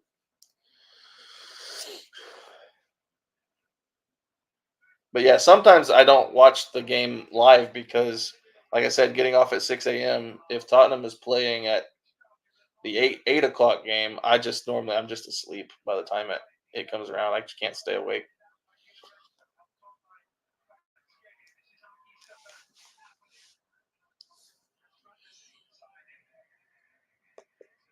I started the All or Nothing series with Man City. I did not do the Tottenham one. I probably actually, because I got several Spurs fans in my members Discord. I might actually start filming reactions to All or Nothing for my members. That'd be fun. And then put the highlights up on YouTube. Interesting. That's a good idea. All right, we got 3 minutes of stoppage until the half. It's been a busy first half of action, man. Like this has been a very fun game. 2-1 in this game, 3-2 on aggregate.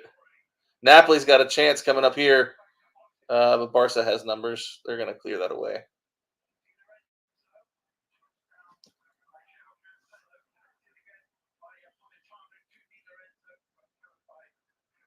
Several Spurs fans, I disagree. There's a few of us in there.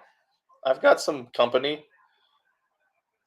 Mostly, we actually got a lot of United fans in the members Discord.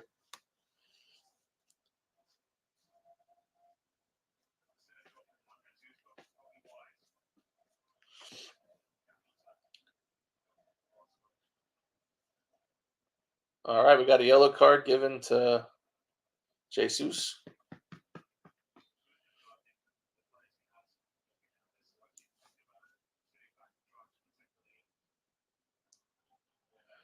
How old is Lewandowski? I feel like he's maybe getting to the point where time to put the cleats up. I don't know. He still plays at a high level. Man's looking older. I don't know. Maybe I'm wrong. 34. Oh, 35. That's not. I mean, Messi's older than that. I mean, he still play at that age. I was thinking he looks like he's 40. My bad. My bad, Robert. You look a lot older than you are.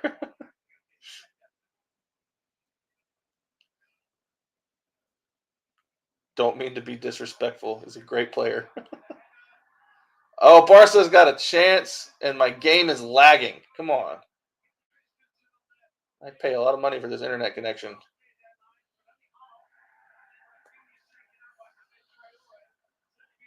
Oh, yeah, they're boots. I got you. Nah, he's just Polish. They are cleats in our country. I don't understand. I know it's you guys' language. Like you guys invented it. Some of the things that we say so differently, it's just funny. Like they don't look like boots to me. Like to me, a boot is a much it's like a high top shoe. So you're gonna I don't know. You wear boots to work. You don't wear boots to play.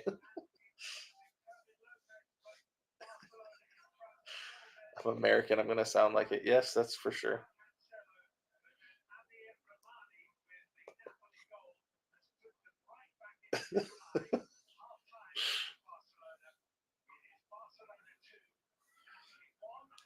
I was watching a video the other day. Speaking of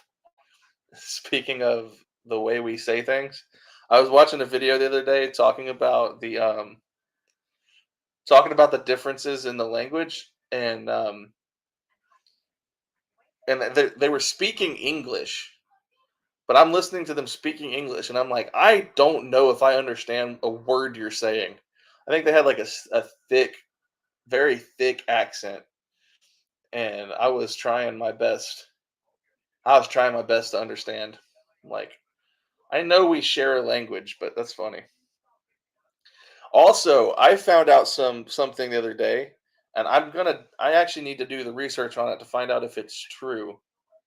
But I heard that football is actually called football not because we play it with our feet, but because it was to differentiate from sports that were on horseback, like polo. And so football was used to describe a variety of sports that were played on your foot, that were played on foot and not on horse. And so when football, before they had the, I guess, the laws of football, that the game looked a lot different. Like they would run in like clusters of people and sort of just like kick it and then chase it. And that's why American football is a deviation from that original game, which is why we still call it football, even though we don't play it with our feet. I always thought that people would, we called it hand egg because they were making fun of the fact that we don't use our feet when we play football. But if you take that origin of the word football, then it makes sense. We're just an offshoot of an original game, and our game resembles rugby a little bit more than, I don't know, rugby football. Yeah, yeah. And American football is a deviation from rugby for sure. So I'm gonna do more research on it and actually get the history lined out because I have been made to feel inferior because of calling. I don't actually call the sport soccer, but I've been made to feel like we're just dumb to call it soccer. And I'm like, first of all, we didn't come up with the word, and we have a game that deviated from an original game. It's a whole complex situation, and I get a little salty at comments sometimes.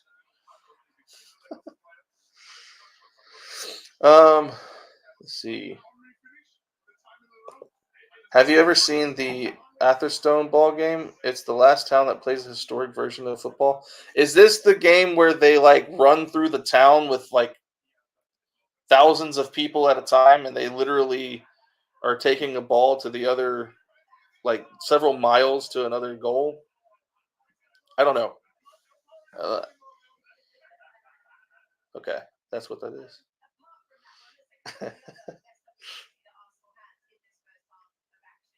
Okay. Yeah, I did watch I was gonna do a reaction to it, but I didn't really know how to make it something that would bring in views, and so I was toying around with reacting to it, but um, we'll see.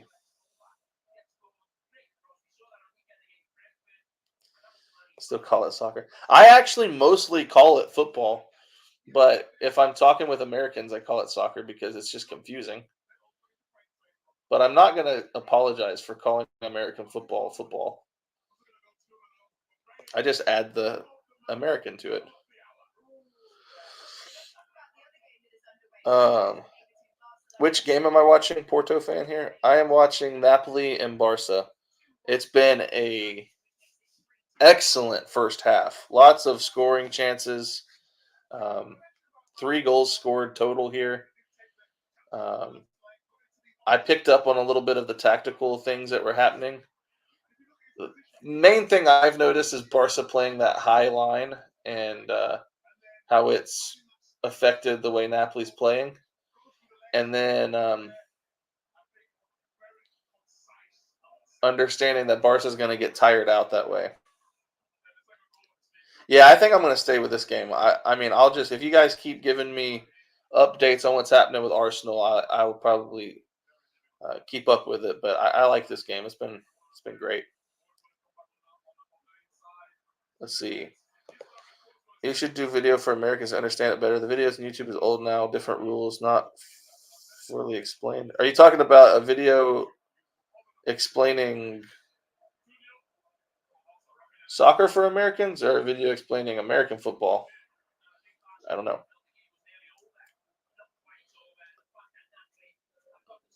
I've been called a Euro snob for calling soccer football in the U.S. I actually will find myself even nervous to say the word soccer around Americans sometimes, and I'm like, they're not even going to judge me for it, but I can feel it. I can feel like somebody on my YouTube channel has got like they've got my phone tapped or something, and they're going to be able to hear me say the word soccer, and they're going to come after me. So I mostly call it football, either just European football or American football. Look, am I still a Spurs fan?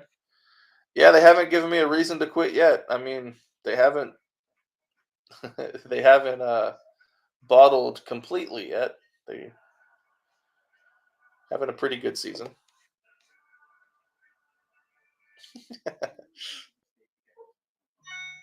We are watching you. Absolutely.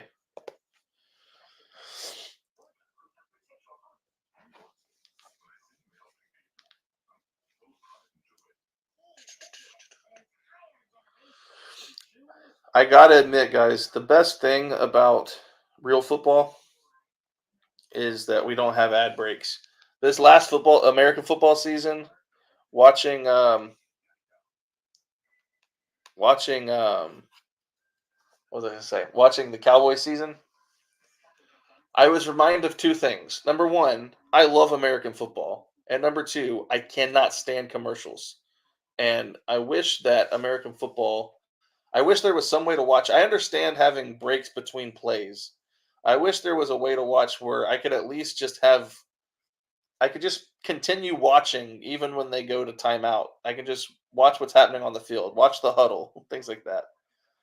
I can't stand the commercial breaks, man. It actually made watching American football less enjoyable this season. What was I looking up? Oh yeah.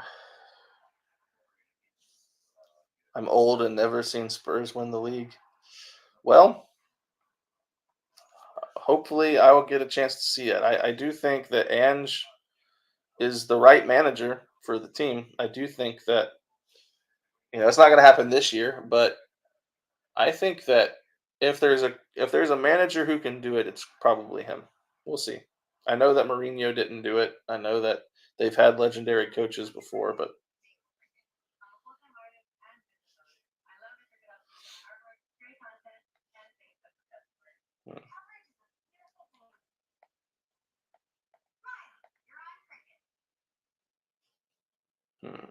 I am trying to figure out how to edit this. I won't be able to do it. That's the one thing that annoys. Oh, it's cricket like American sports. There's an ad break after every over. It's only like 40 seconds, but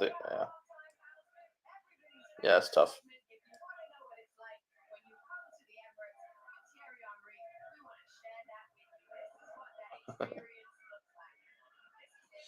Handful of quality additions to the Spurs squad, and they could compete. I think they've got a good squad right now, man. I really do.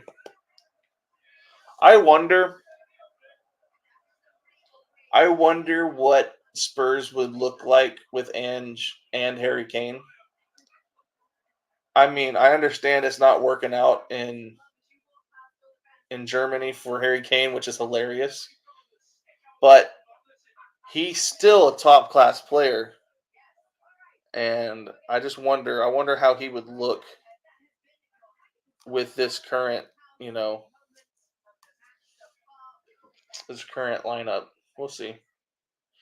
But I do think it is kind of funny that Kane goes from Tottenham so he can win some trophies, and they're not going to win any trophies this season.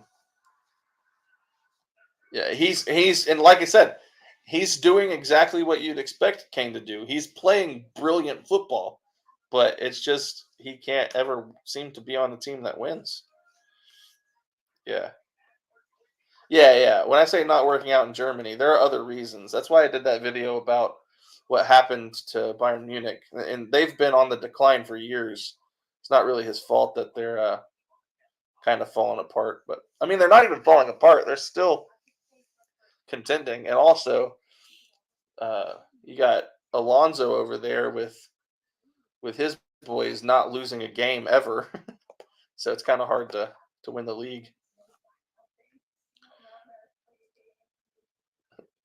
Kane's not the problem, but sometimes success is not for everyone. Yeah.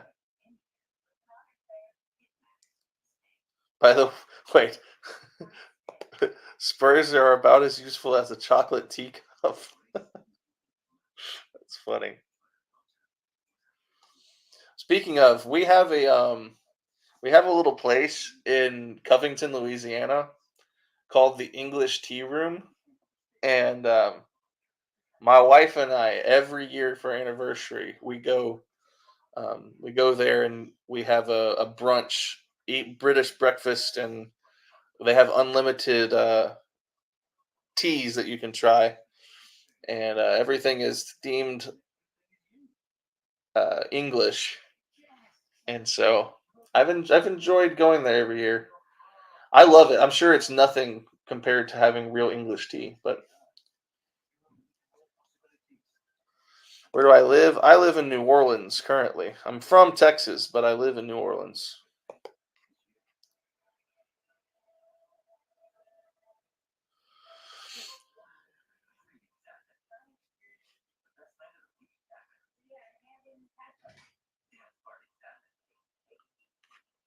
Do more cricket videos. Yeah, I'll be doing more cricket videos. I think that I don't know. We'll see the balance of the videos. I'm probably going to always lean heavier on football videos than other sports just because it's easily become my favorite sport. But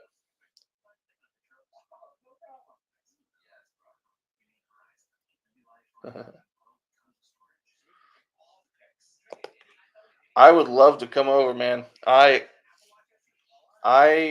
plan, my plan with YouTube this year is to really put the effort in to grow it to a place where um, the ad revenue can carry me and I can go actually do a lot of content. I'd love to film podcasts on location in Europe, have conversations with players, former players, current players, tour the grounds of even some like third tier teams and just kind of understand the league systems of other countries.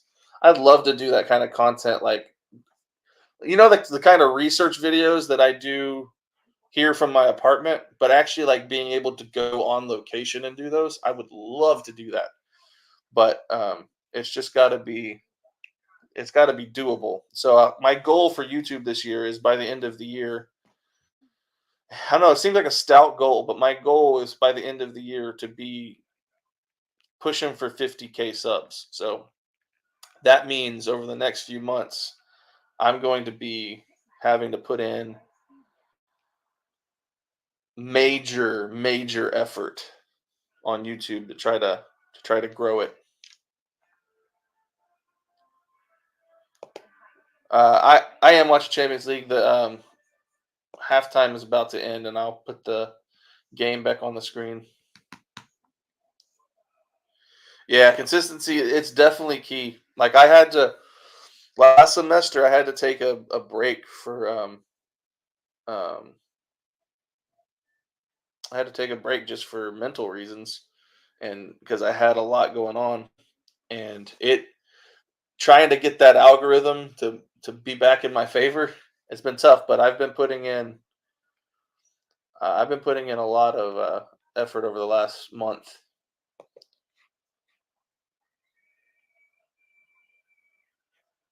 Yeah, so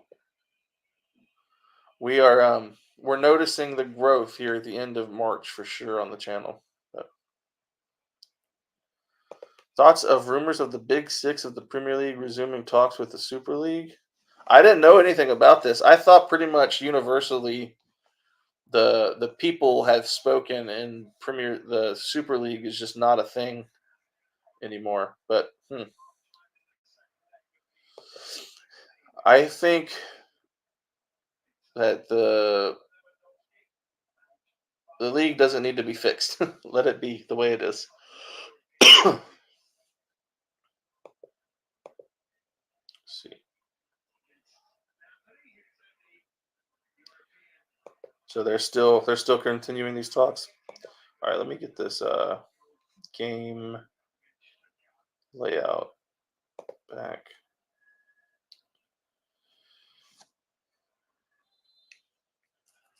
All right, we got second half is on now. Already very aggressive with the vertical movement.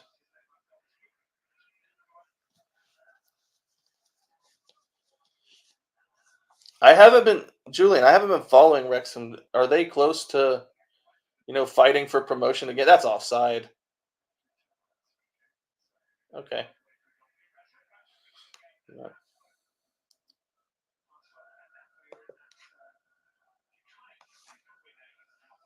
So what is the Super League system? I understand that people don't want it, and I understand that it's more of like kind of an Americanized sporting system. But I don't know functionally how it works.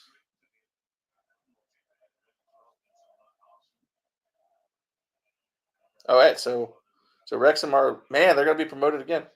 Well, it turns out when you pour a lot of money into it, now, I'm not saying anything. I'm very happy for Wrexham, very happy for them.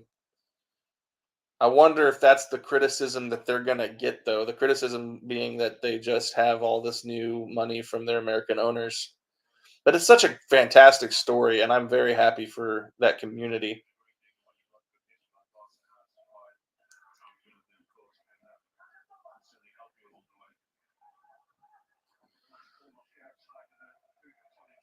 So the Super League will have no relegation, and I'm sure like a draft system or something like that.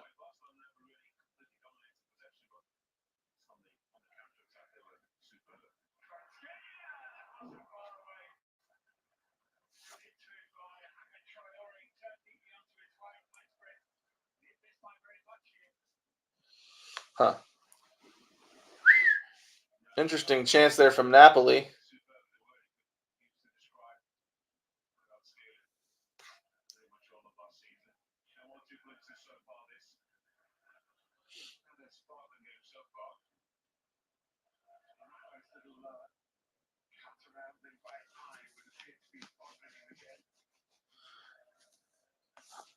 So who would qualify to be in the Super League? Like, how do they make that decision? Is there like an entrance? The clubs have to pay an interest fee into the new league, and is it separate from the Premier League? Because if that's the case, I actually hate that. I don't want the Premier League to change. I like the idea of having teams that can promote to the Premier League and compete.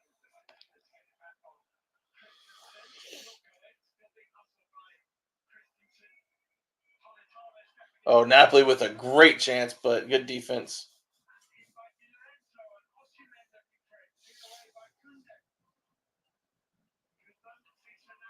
Barca really needs to clear this away.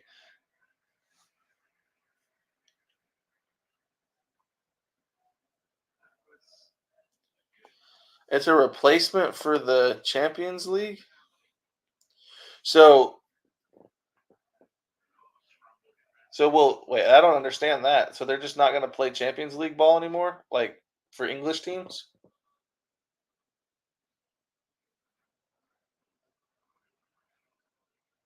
I'm gonna have to do a whole video trying to figure out get to the bottom of the Super League because I'm not understanding all the ways that it's supposed to work.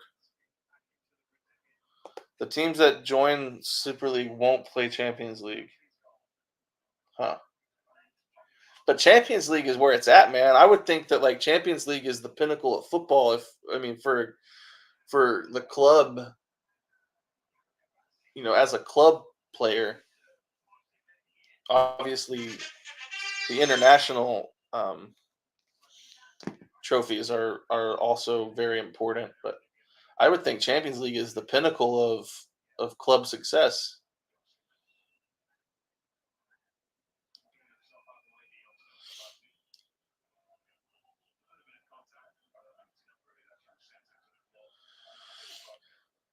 Oh, we might have a penalty here. That is right. We might have a penalty.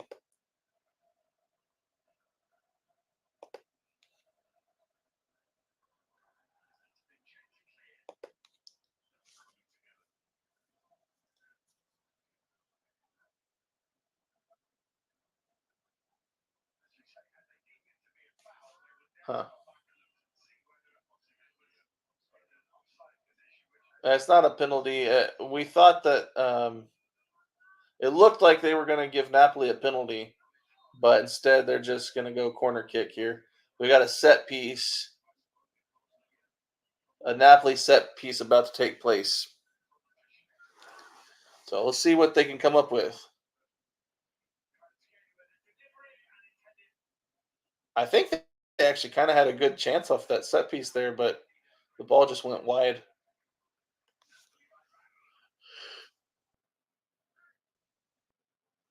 I'm actually becoming more and more surprised when I see teams not scoring off of set pieces, because in recent memory, I've seen a lot of highlights of successful set pieces, and so I know teams are devoting like resources to what in the world?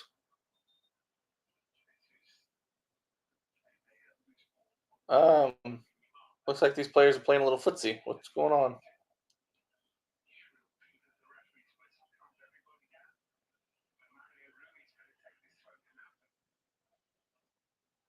Good clearance by. Oh, huh. A lot of interesting things happening on that screen just now. Um, whose game are we watching? We are watching Barca and Napoli.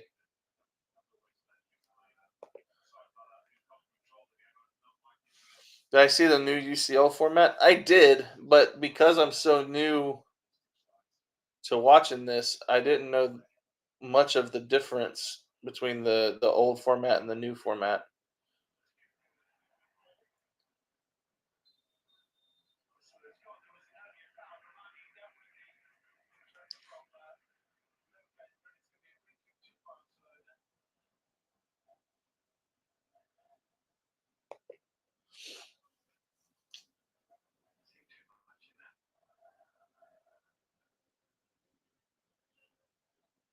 All right, Barca is building up from the back now. A lot of space on the field for Barca right now. Don't know why Napoli's playing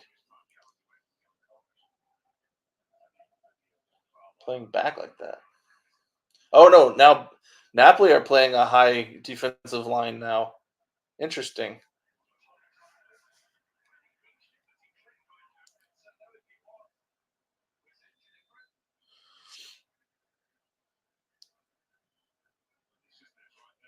All right, that makes sense.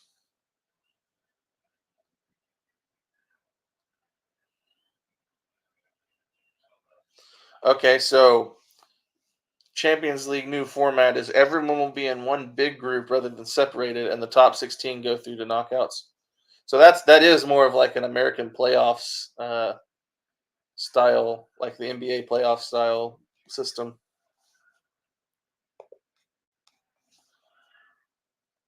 All right, we got another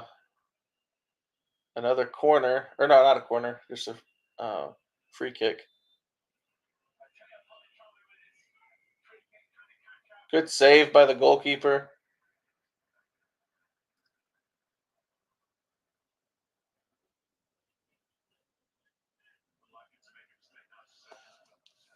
Young Yamal with the ball. A lot of open space. Like I don't know what I'm seeing, or I don't know how to describe it. A lot of open space on the wings for Barca. Like they're just advancing the ball with ease. Great chance by Barca there. The goalkeeper was.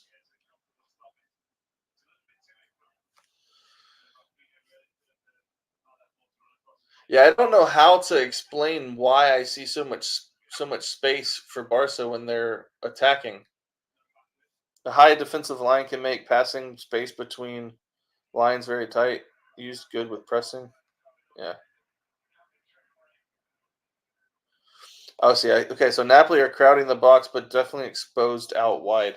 I think that's what I'm seeing because I'm seeing those so much space when they're getting the ball out on that the like the boundary line of the pitch.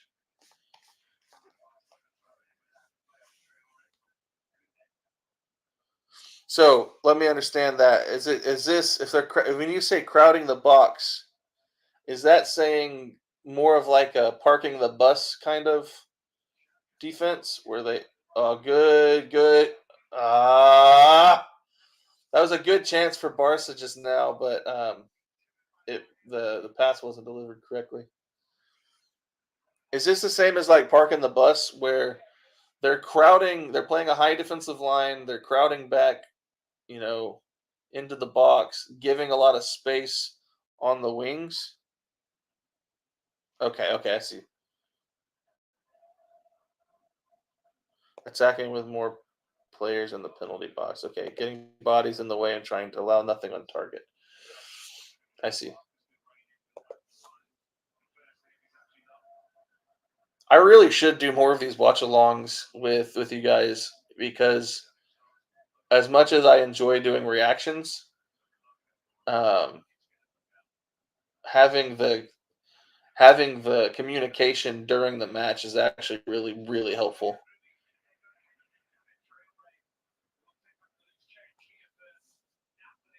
Okay.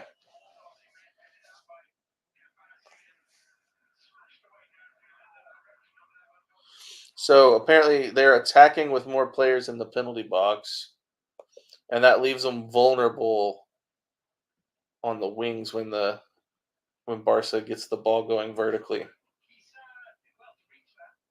Oh, I saw that attempted bicycle kick. I saw it. I saw him going for it. It would have been funny if he tried it because he was nowhere near the ball.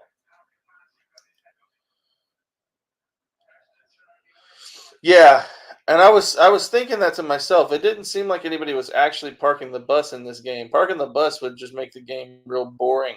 Um, this game has had lots of chance creations.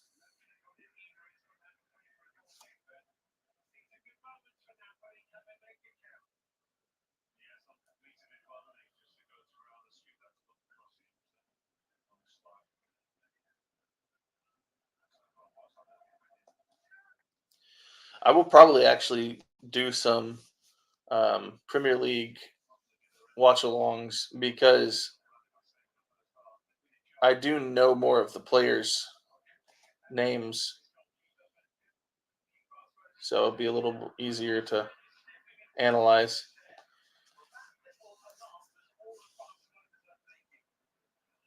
Parking the bus is when defending team puts every player into the penalty box, no attack or anything. Right. So, or they play their entire defense on one side of the pitch. Yeah, and I wasn't seeing that, but somebody had mentioned crowding the box, and I wasn't sure what that meant. But now I understand that that's an attacking tactic, but it's leaving space for Barca to move the ball quickly um, on their counterattack. Good clearance by the center back there, number 4. Great clearance by that young man.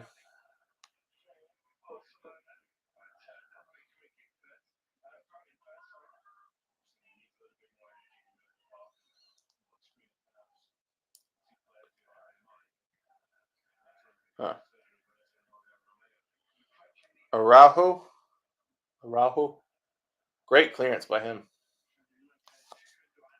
That was a really good play because it did look like Napoli had a chance.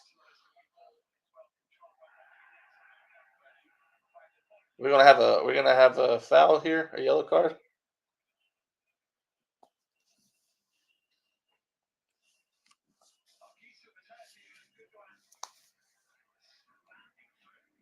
Oh yeah, he stepped on his foot.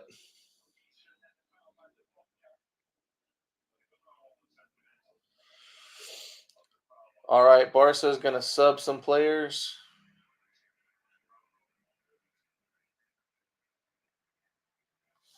Oh dang, is Rajo coming out of the game?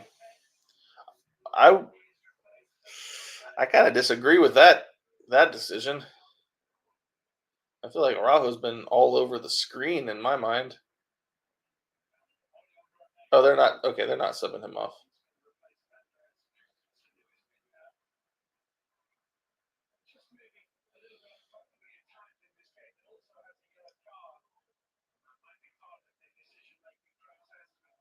Okay, yeah, okay. I thought I had.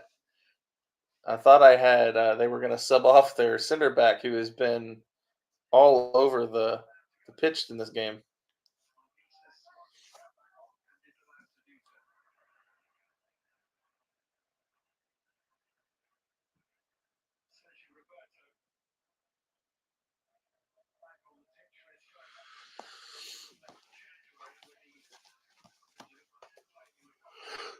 Oh.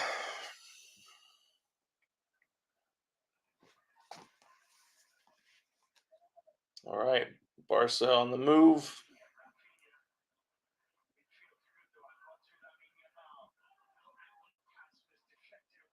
Well defended.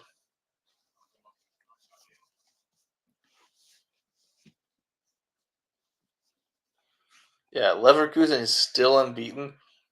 I was blown away when I watched the tactical analysis, that football meta video that I reacted. I was really impressed. I was really impressed by that. Do I still play football? I just got back in the other day. I didn't film it because I was extremely rusty. But I will probably get back to filming some of my training and playing.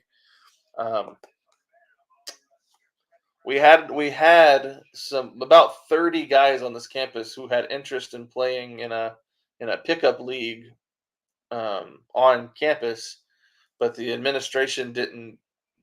They moved slowly on approving the intramural league, and so now it's just going to be us organizing games ourselves.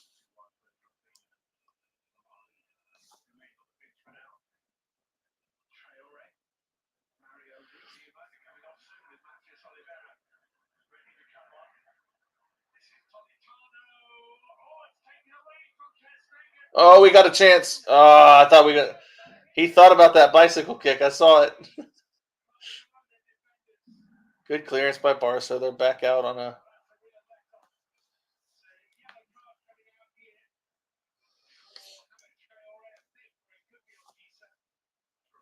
Yeah, this game is going to be tense here. I mean, Napoli have got to score to force extra time.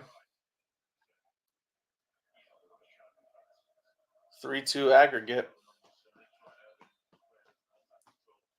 Oh, that's offside.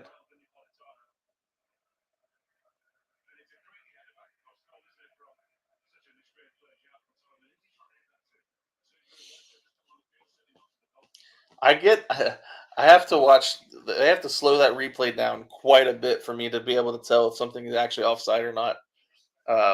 Because most of the time it looks offside to me, but it's just barely onside. That's what it seems, in my opinion.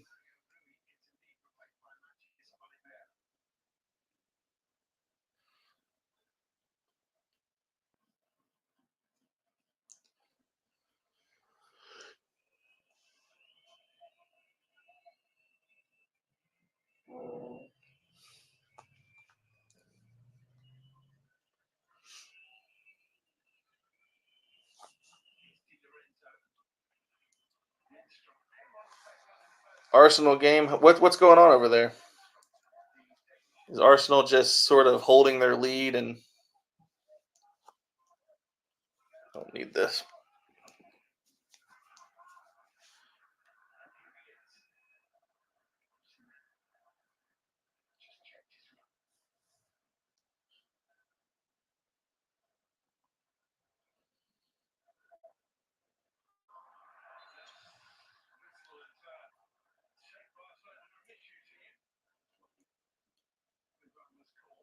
Yeah.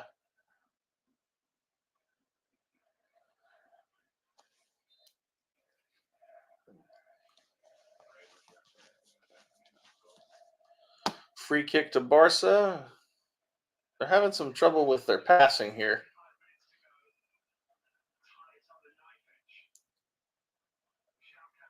Ooh, good skill.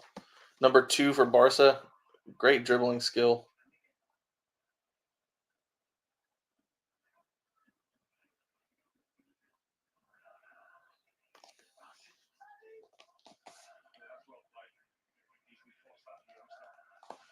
Oh, I didn't even think about the fact that it's 1-1 aggregate. Yeah. Arsenal definitely doesn't want to. They should want to attack. Is Champions League same as I'm assuming same as World Cup? They'll go extra time, and then if it's still tied, they will go to penalty kicks. The same process. Cool.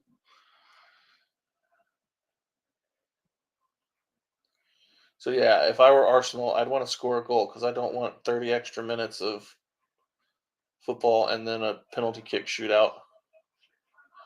All right, Barca with an attack. Let's see what can happen here.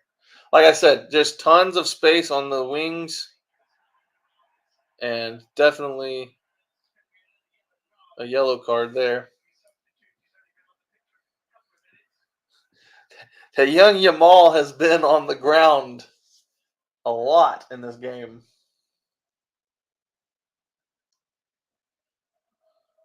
That one actually doesn't look that. If I'm being honest, that yellow card did not look all that egregious to me.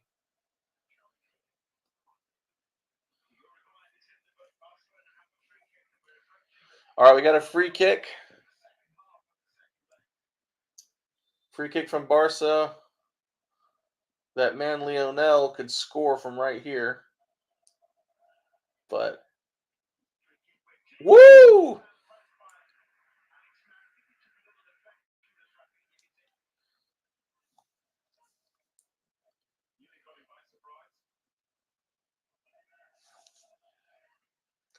They defended him. Yeah, he's a great dribbler, very sneaky. Yes, absolutely. It was good defense, but I mean, he was good skill.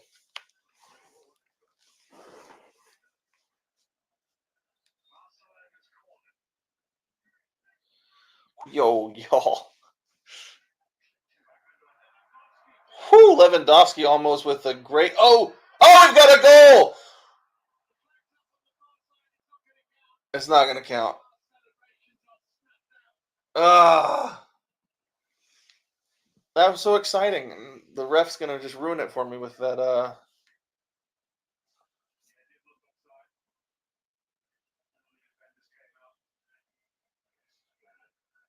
Who's offside?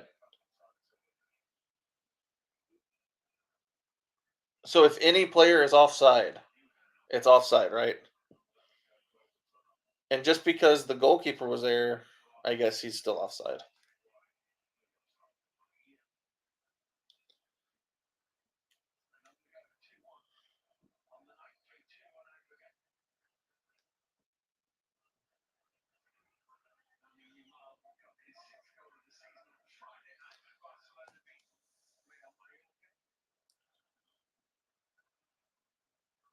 If the player is interfering with the play, then yes. Well, he's the one who scored the goal, so obviously it would have been offside.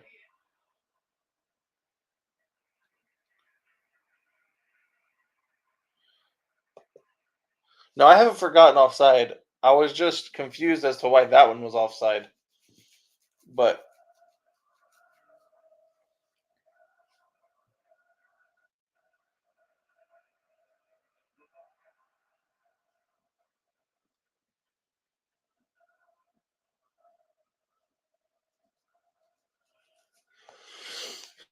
All right.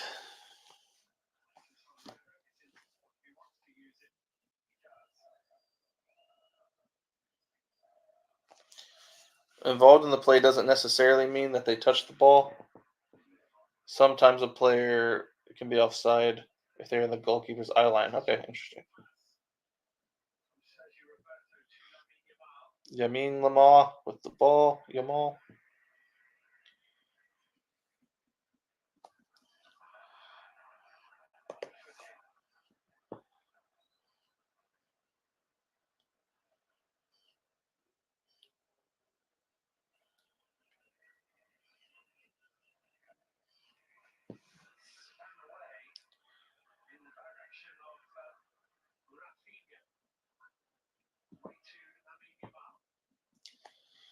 I want to see this Yamal kid with the ball more. He looks like he's got a lot of skill, but I'd like to see him take over the game.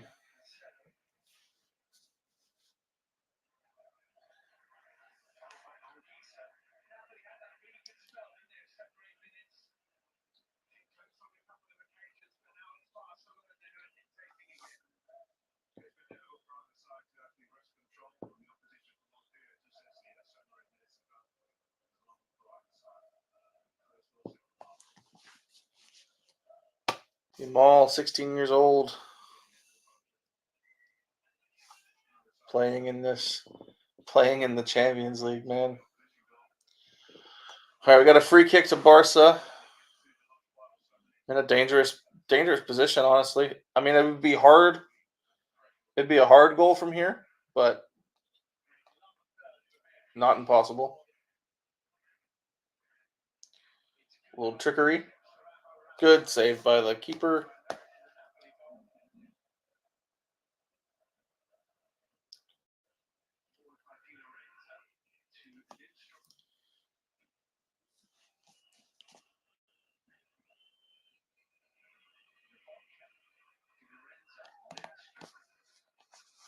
Let's see here. All right. To be on side, you need 2 opposing players behind the ball. Yeah. Usually last defender plus goalkeeper. Yeah, understood. Okay. I'm calling them saves when it's really just a take. Okay. Terminology. Gotta learn my football vocabulary still.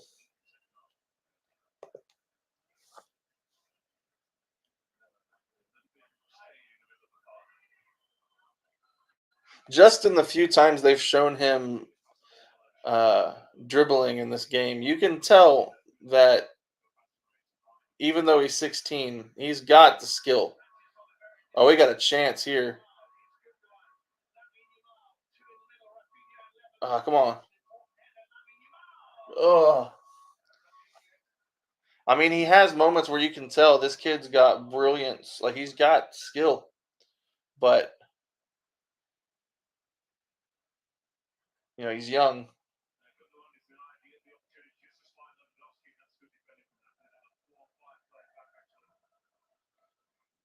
Like, that was a poor pass. I think he should have just taken the shot there.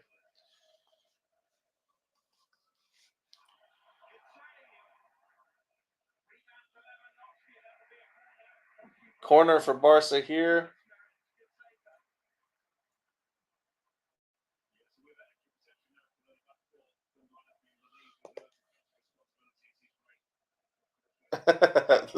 Coming on Aggregate, losing 5-0 at Bolton. Very embarrassing. Well, that's unfortunate for you, sir. Corner kick. Oh! Just outside the goal.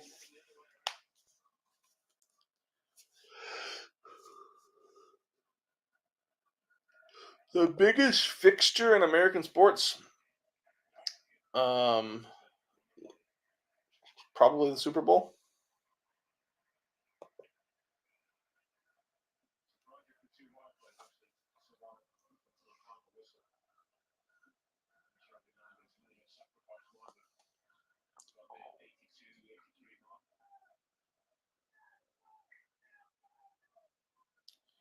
NBA, we have the NBA Finals, but I think the NFL's um, championship is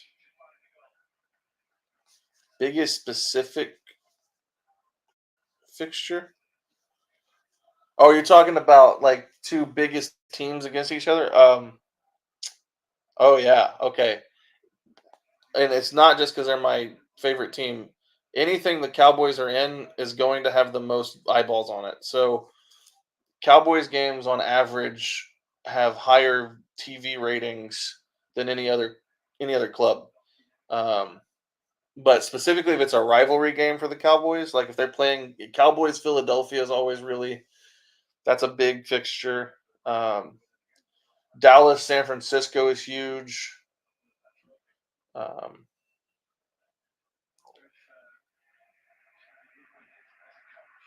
yeah, it's hard to tell who like the biggest fixture would be. Cowboys Eagles is probably a big, maybe not the biggest fixture, but that's a big rivalry for sure. Um, trying to think if there's any others that get. It really is the case. The Cowboys get the most views, so their games are almost no matter where you're at in the country, you can pretty much find their game on a channel somewhere, which is not the same for most markets. Lakers Celtic is huge for sure. Like if the Cowboys played the Steelers, that would be a big game, even though we hardly ever play them.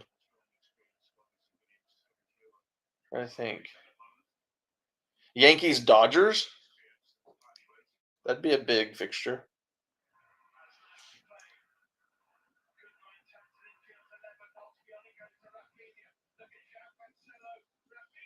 Rafinha with a chance there. Barca just they're playing better. They deserve to win this game. Detroit, Chicago, yeah. Can you guys not murder the Giants this year, please? I think we beat the Giants with a combined score of 89-10 or something like that across two games this year. Yeah. I'll promise not to murder the Giants if y'all can give me a Super Bowl. That's all I'm asking for. One championship in my freaking lifetime would be great.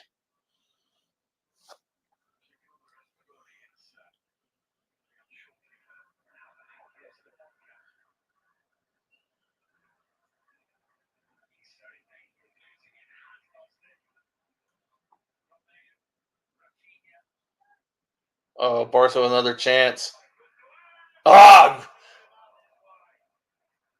Yamal, Yamal is wide. Xavi is not happy.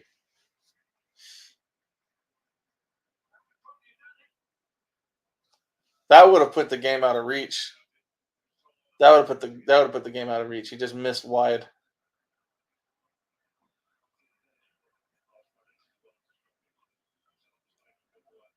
Oh, that was teed up for him, man.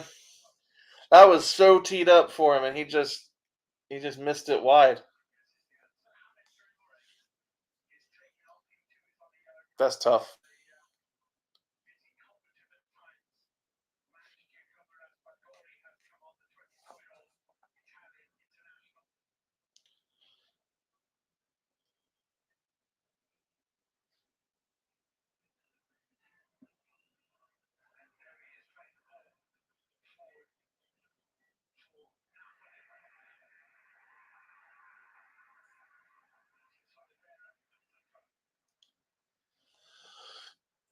This game has been good.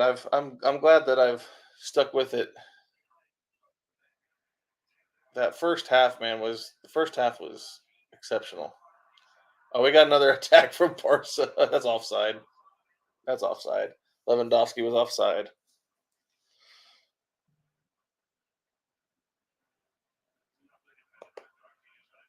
So what's going on with Arsenal and Porto? What's the score in that game? I'm trying to decide if I need to switch over to it.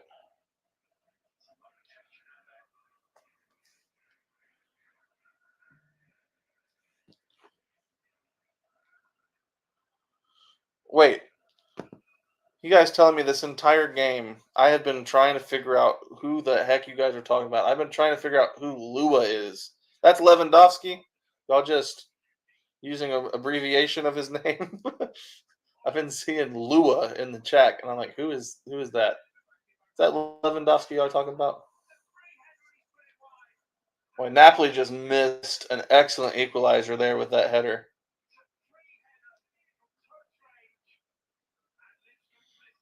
So, oh, it was a great chance. He missed that header just barely missed it to the right of the goal. Oh, that should have been a goal. It hit the post.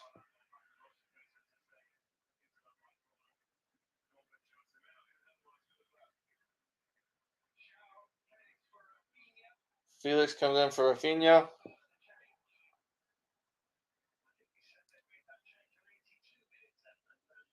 Pronounced Leva. Yeah, Lewandowski.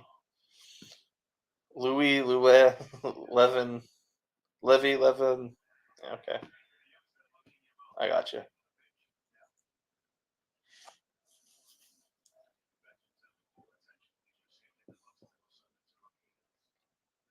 Lewandowski. That's cool. When am I planning to go to an MLS game? We'll see when travel permits for sure. It's not as if I can just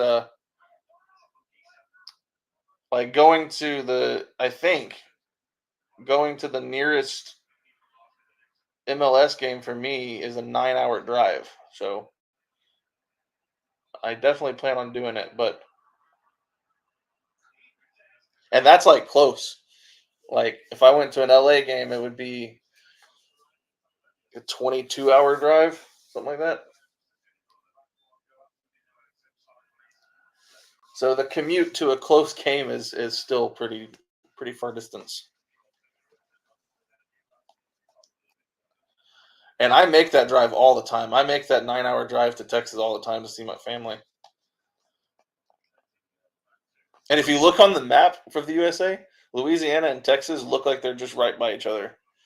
But you can drive for an entire day and still not get out of the state of Texas. So, like driving the length of Texas it takes longer than a full day of travel.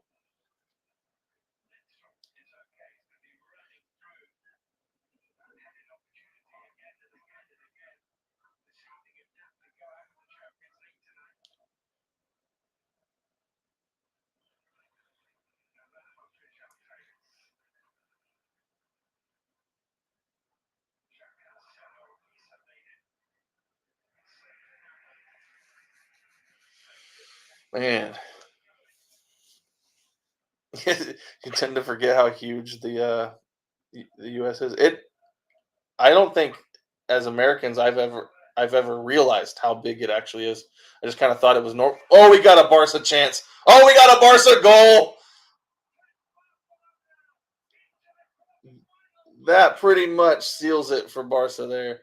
As long as the refs don't interfere. That was quite a series there.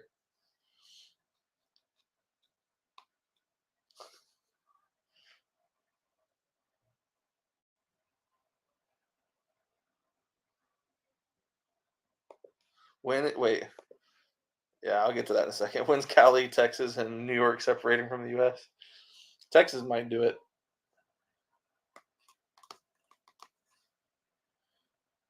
Great goal there. Let's check this out.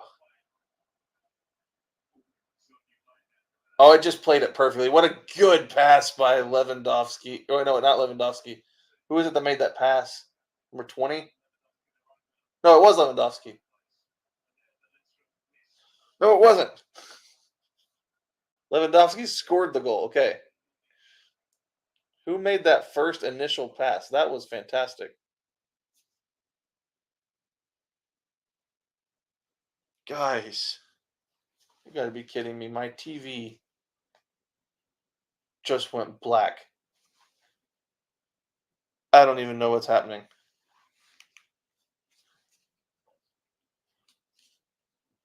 Is it the freaking storm? If it knocked out my connection here. I mean, my stream is still doing fine. What happened? Let me see. Bro. What is going on here?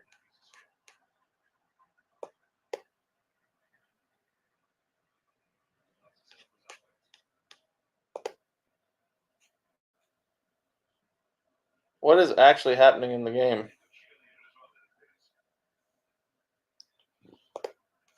Oh my gosh.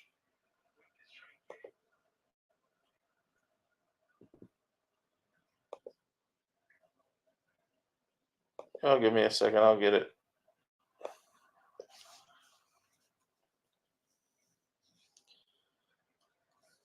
All right.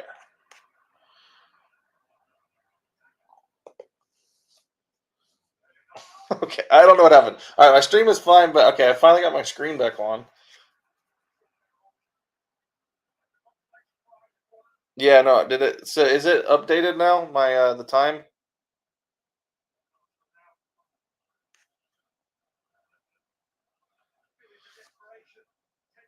Also, my screen it changed channels, so my this is it's a mess. So it's showing me both the Porto game and the Barca game at the same time. That's kind of cool. Right.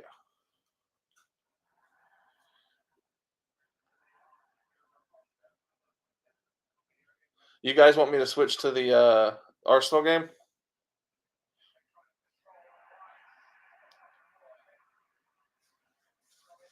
I actually think I will switch to the Arsenal game. Unless you guys think, yeah, I'm gonna switch. I'm gonna switch it over just for fun. All right.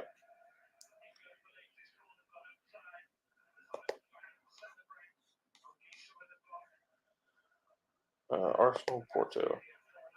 Now I'm gonna keep the one. So come on now.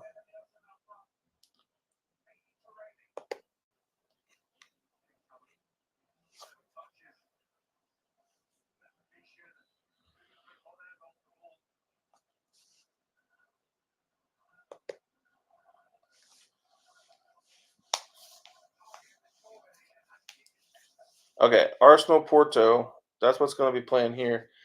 On this screen, I have two screens going. One of them has the Arsenal game. The other screen has a multicast, so I'm seeing both games at once on this screen. So if something gets interesting, I can switch over.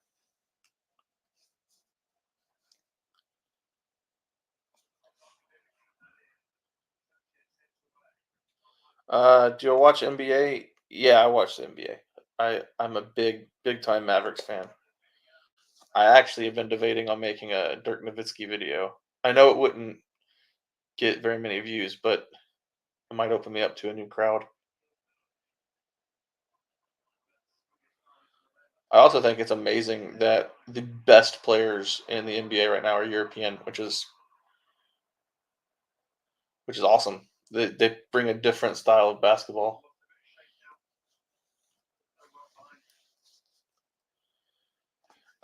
Stream peaked at 103, at least so far. At least that's what I remember. I haven't checked the actual stats. I'll be able to check those after the stream.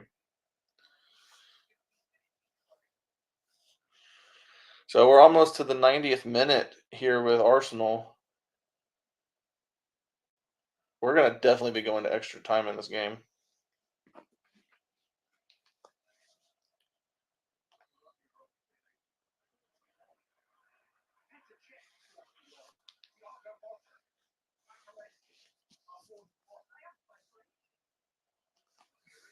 USA aren't World Cup or Olympic champions either, are they?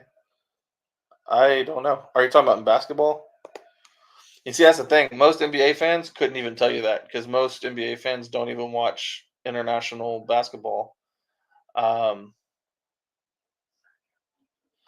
I don't know. The U.S. has a lot of great talent in the NBA, but the best talent in the NBA is actually international at this point.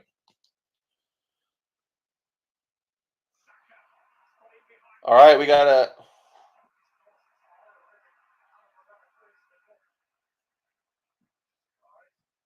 Uh, Saka had a chance for a second there.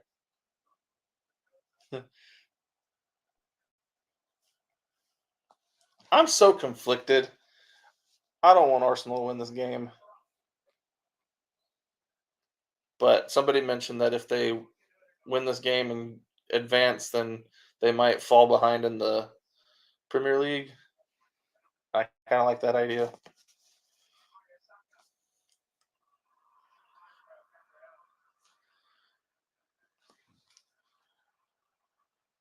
I haven't watched the flow of this game, but just from what I'm seeing here, they're showing lots of attacking chances for Arsenal.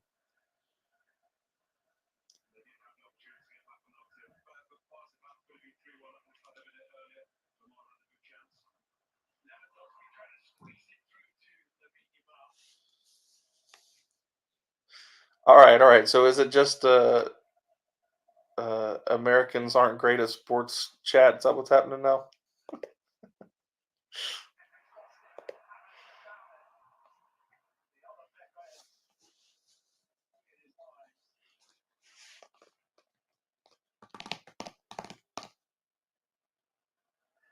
I'll tell you this: Americans are undefeated champs at American football.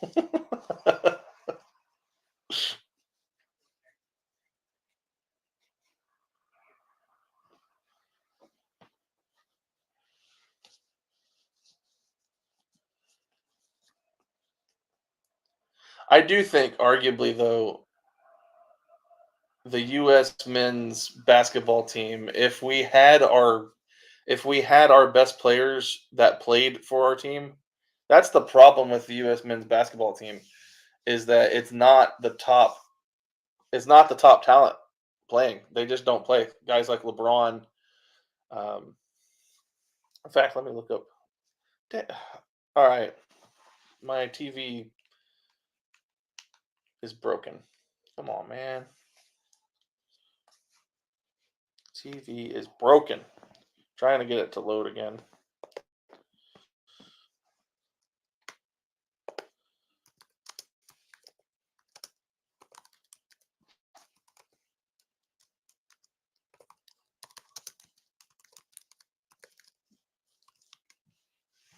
You look up this U.S. men's basketball roster. Oh yeah, the U.S. men's basketball roster does not have like any of our top players. That's the problem, man. That's the problem. Jalen Brunson's good. Paolo Banchero, Austin Reeves, Mikal Bridges, Tyrese Halliburton. Got some good players. Anthony Edwards. But I mean, like, where's your Zion Williamson? Where's your LeBron? Where's your Kevin Durant? Where's your um, Chris Paul? I mean, most of your Steph Curry, like all of the best, all of the best NBA American talent is not on that team. So I would like to see our superstars taking the international game seriously, honestly. Because like when the U.S. men's national team had the great players on it, I mean, they were class, but they're just. I feel like they don't take international competition seriously. I think they're just trying to, you know, I think they take their NBA career more seriously. Yeah, so that's interesting. I don't know why my screen is not working. Are you guys even seeing a broadcast anymore?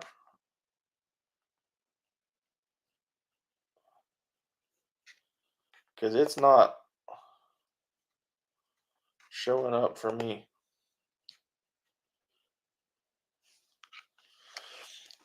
This is the question. Where's the pride of repping your country? I don't even know. Like, there seems to be an impulse in the United States, and I'm just being really candid here. I'm just saying things. There seems to be an impulse in the United States to be ashamed of our country. And so, like, even there's just no national pride here. Yeah, see, it just keeps saying an error has occurred on my TV. But you honestly, you're seen as a negative to have pride in your country here, because apparently America is just this awful, awful place that's done so many awful, awful things.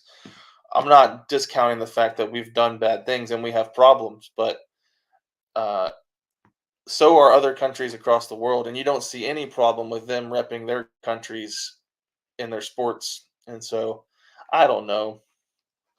It's just it's a weird dynamic in this country, and it might just be me, but I feel like this is something that I actually see taking place.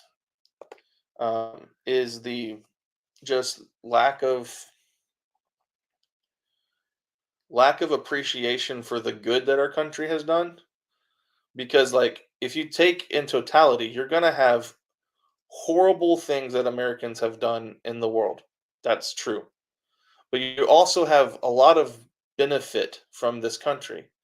And it feels like my generation has this real impulse not to want to take pride in our country. Um, and so it's just kind of like it really is that way. I mean, I know that this is the way that people perceive Americans, that we're obnoxiously about their country, but that's really dying out. I remember when there was a time when we really, I mean, we are self-absorbed. We don't really pay attention to what's going on outside of the world, but yeah, it's like that patriotic impulse, which I have. I am that kind of American that you guys think is so obnoxious. I do have a lot of national pride. It's almost starting to become like looked on as like a negative thing if you have that kind of national pride. Almost like patriotic is now being associated with a political party. It's just not it's not good. We can love our country and acknowledge the problems that we have.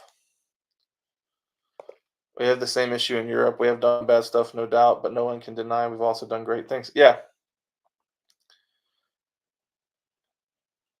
So,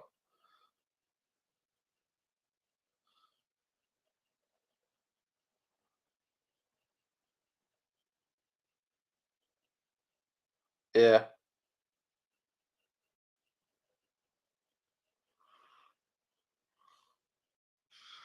Anyway, we'll address that topic later, I suppose.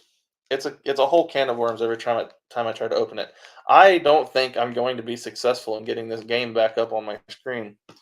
So, um, I don't know what to do here.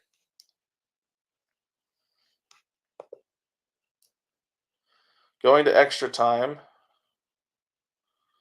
but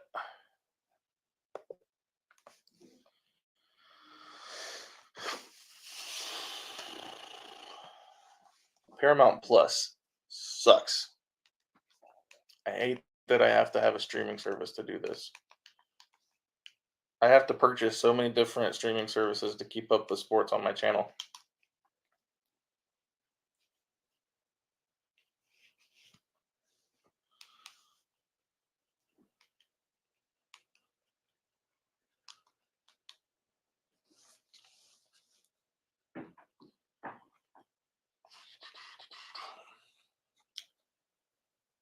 Yep.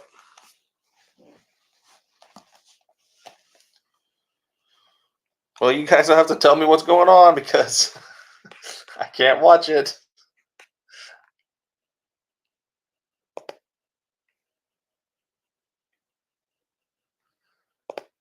So it's ad break right now as we wait for the extra time to start, right? I keep turning the screen off to see if I can get it back on. It's not a network problem because obviously my stream isn't lagging or anything like that. It might be there might be something to do with the storm. Like it's been a pretty nasty weather day, which is nothing new. I'm just hoping that we don't have a tornado threat.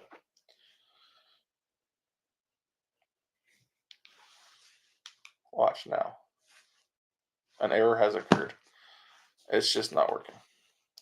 Well, interestingly, the one that I have streaming on here, interesting enough, that is working, but I can't watch that.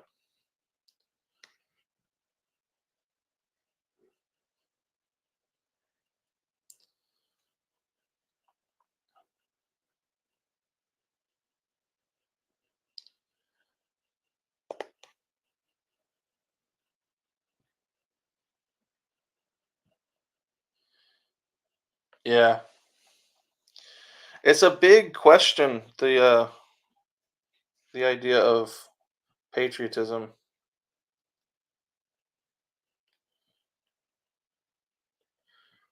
Let's see, like, talking of paying for sport in the UK, if you wanted to watch games legally, it would be like $160 a year. But the most toxic thing is we can't watch any of the 3 p.m. games. Really? Why is it like that? It costs a lot of money for me to keep up with sports for sure. But even in the UK, you don't get the 3 p.m. games?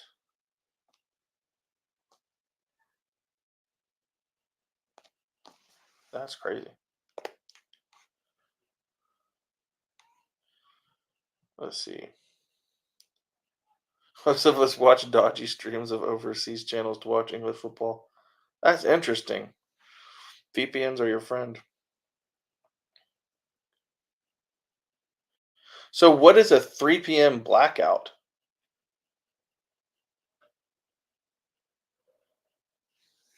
That's interesting.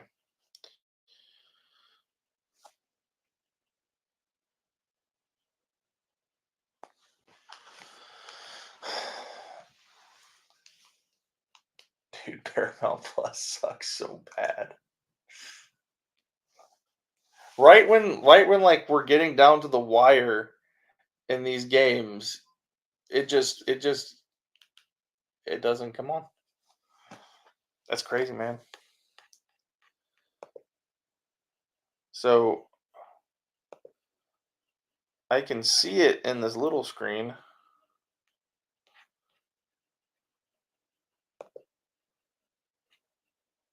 But it's not on my big screen anymore. So it originally was to ensure that people went to the games instead of watching it on TV. Okay. Back in the 60s. So people just pirate it now. Interesting.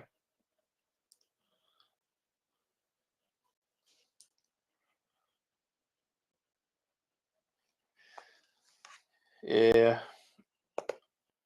I'm sorry guys, I can't get the game back up. I've tried and it's not working.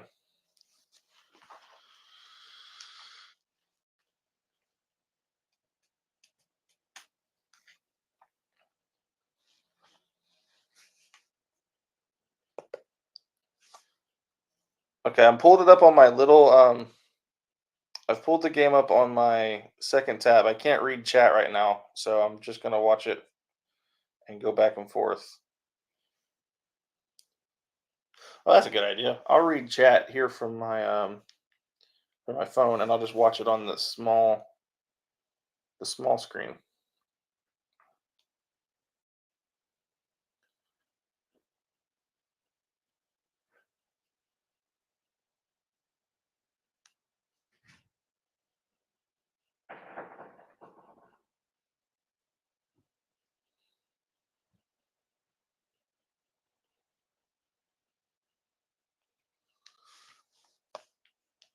Okay.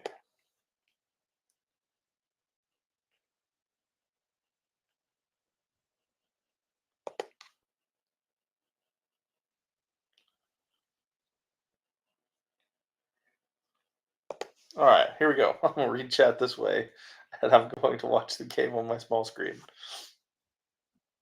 This sucks. It was so much better on the big screen.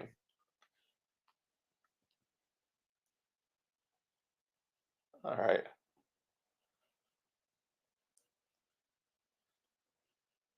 Dan said that there's a team with a negative 127 goal difference. That's not a good season. That is not a good season right there.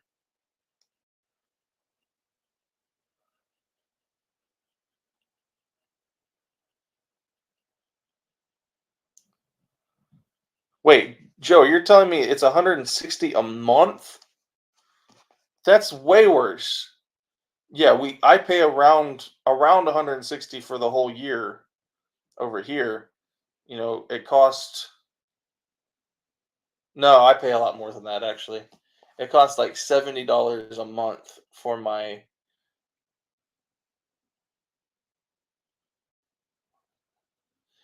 Yeah, I bet I pay $95 a month on sports subscriptions and my YouTube TV.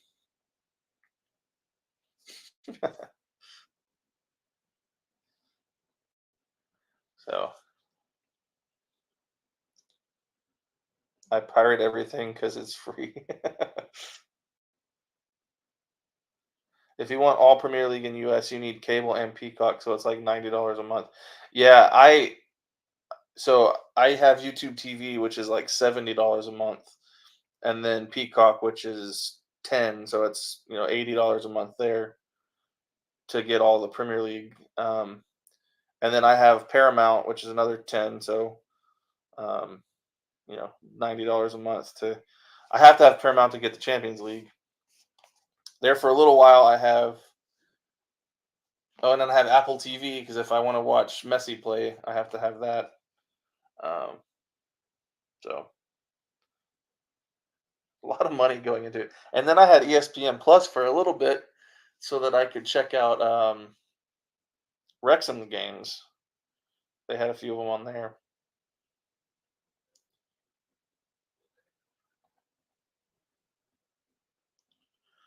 But one positive about being a YouTuber is I'm about to move all of my subscriptions into my business account and just let my YouTube channel pay for all of it. Because it is a business expense, technically. I could use it as a tax write-off.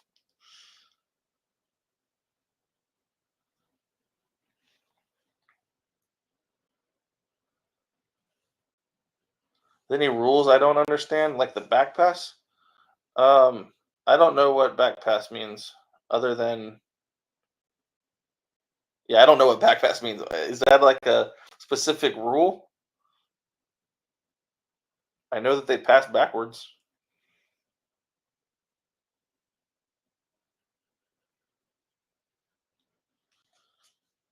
All right. I want to see if this thing goes down to penalty kicks. Who do you think will win? You think Porto has an advantage as penalty kicks goes? Okay, back pass to the keeper. A player passes. Oh, that's a rule that got changed, right? So now the keeper has to play it with his feet. Oh, okay. If you deliberately pass the ball to your own goalkeeper, they can't handle it. They have to use their feet. That's the rule, right? So keepers actually have to have some skill.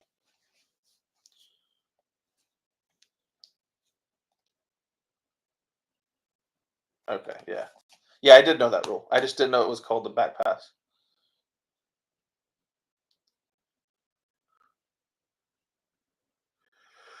Yeah, I think for the most part,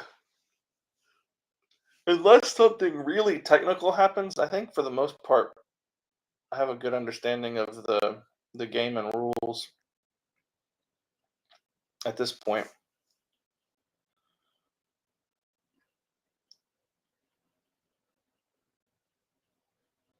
And I'm trying to understand and grasp the tactics of the game. Here we are at the 96th minute. See, I see that you guys can't even see the score anymore. So What's going on with that?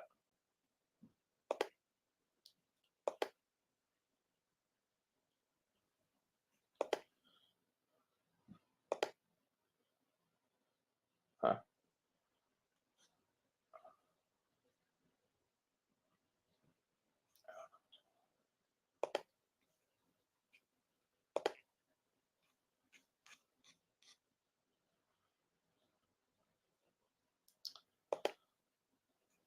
Okay, there we go.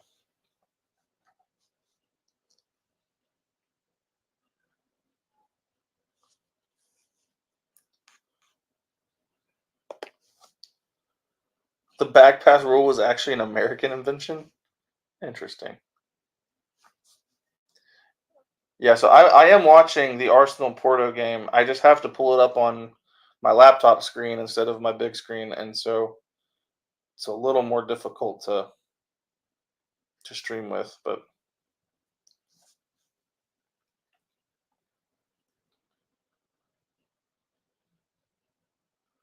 I wonder why YouTube is putting American Champions League on. Columbus versus Houston. I do not know. I definitely prefer to watch this Champions League as opposed to that one. Much higher quality football being played here.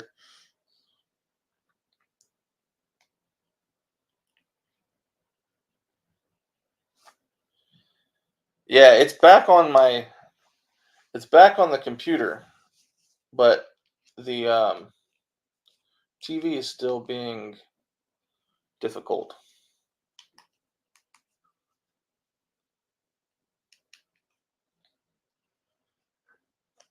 How is it with my training process? It's back. I'm back to it. So it's not been as consistent as I wish. My entire life in the last 5 months has just not been consistent.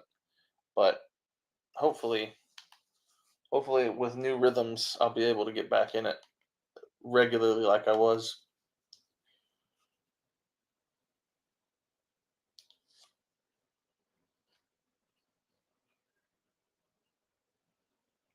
I watched an MLS team annihilate a Costa Rican team in the American Champions League a few weeks back when I was up late working. Huh.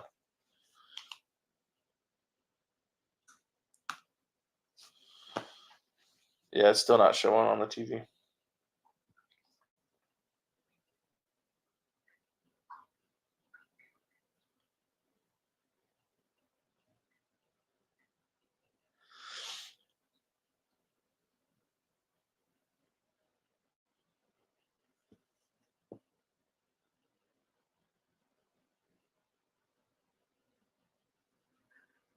Inter Miami is a second leg versus Nashville on Thursday. That's going to be a good game. I did see the first half highlights of that game. That's going to be a great game. That's actually probably the best MLS fixture at the moment.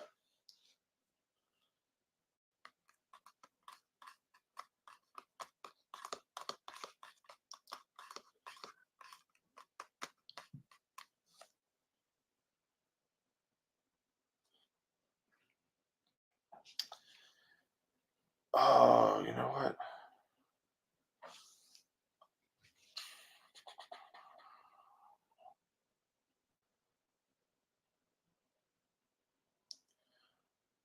Okay.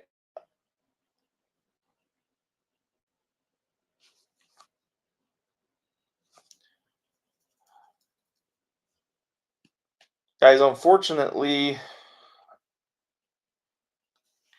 let me turn this off real quick. Unfortunately, I'm going to have to probably end the stream early before these games finish.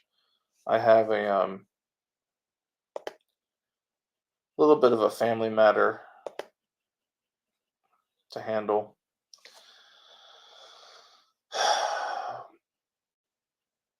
Man.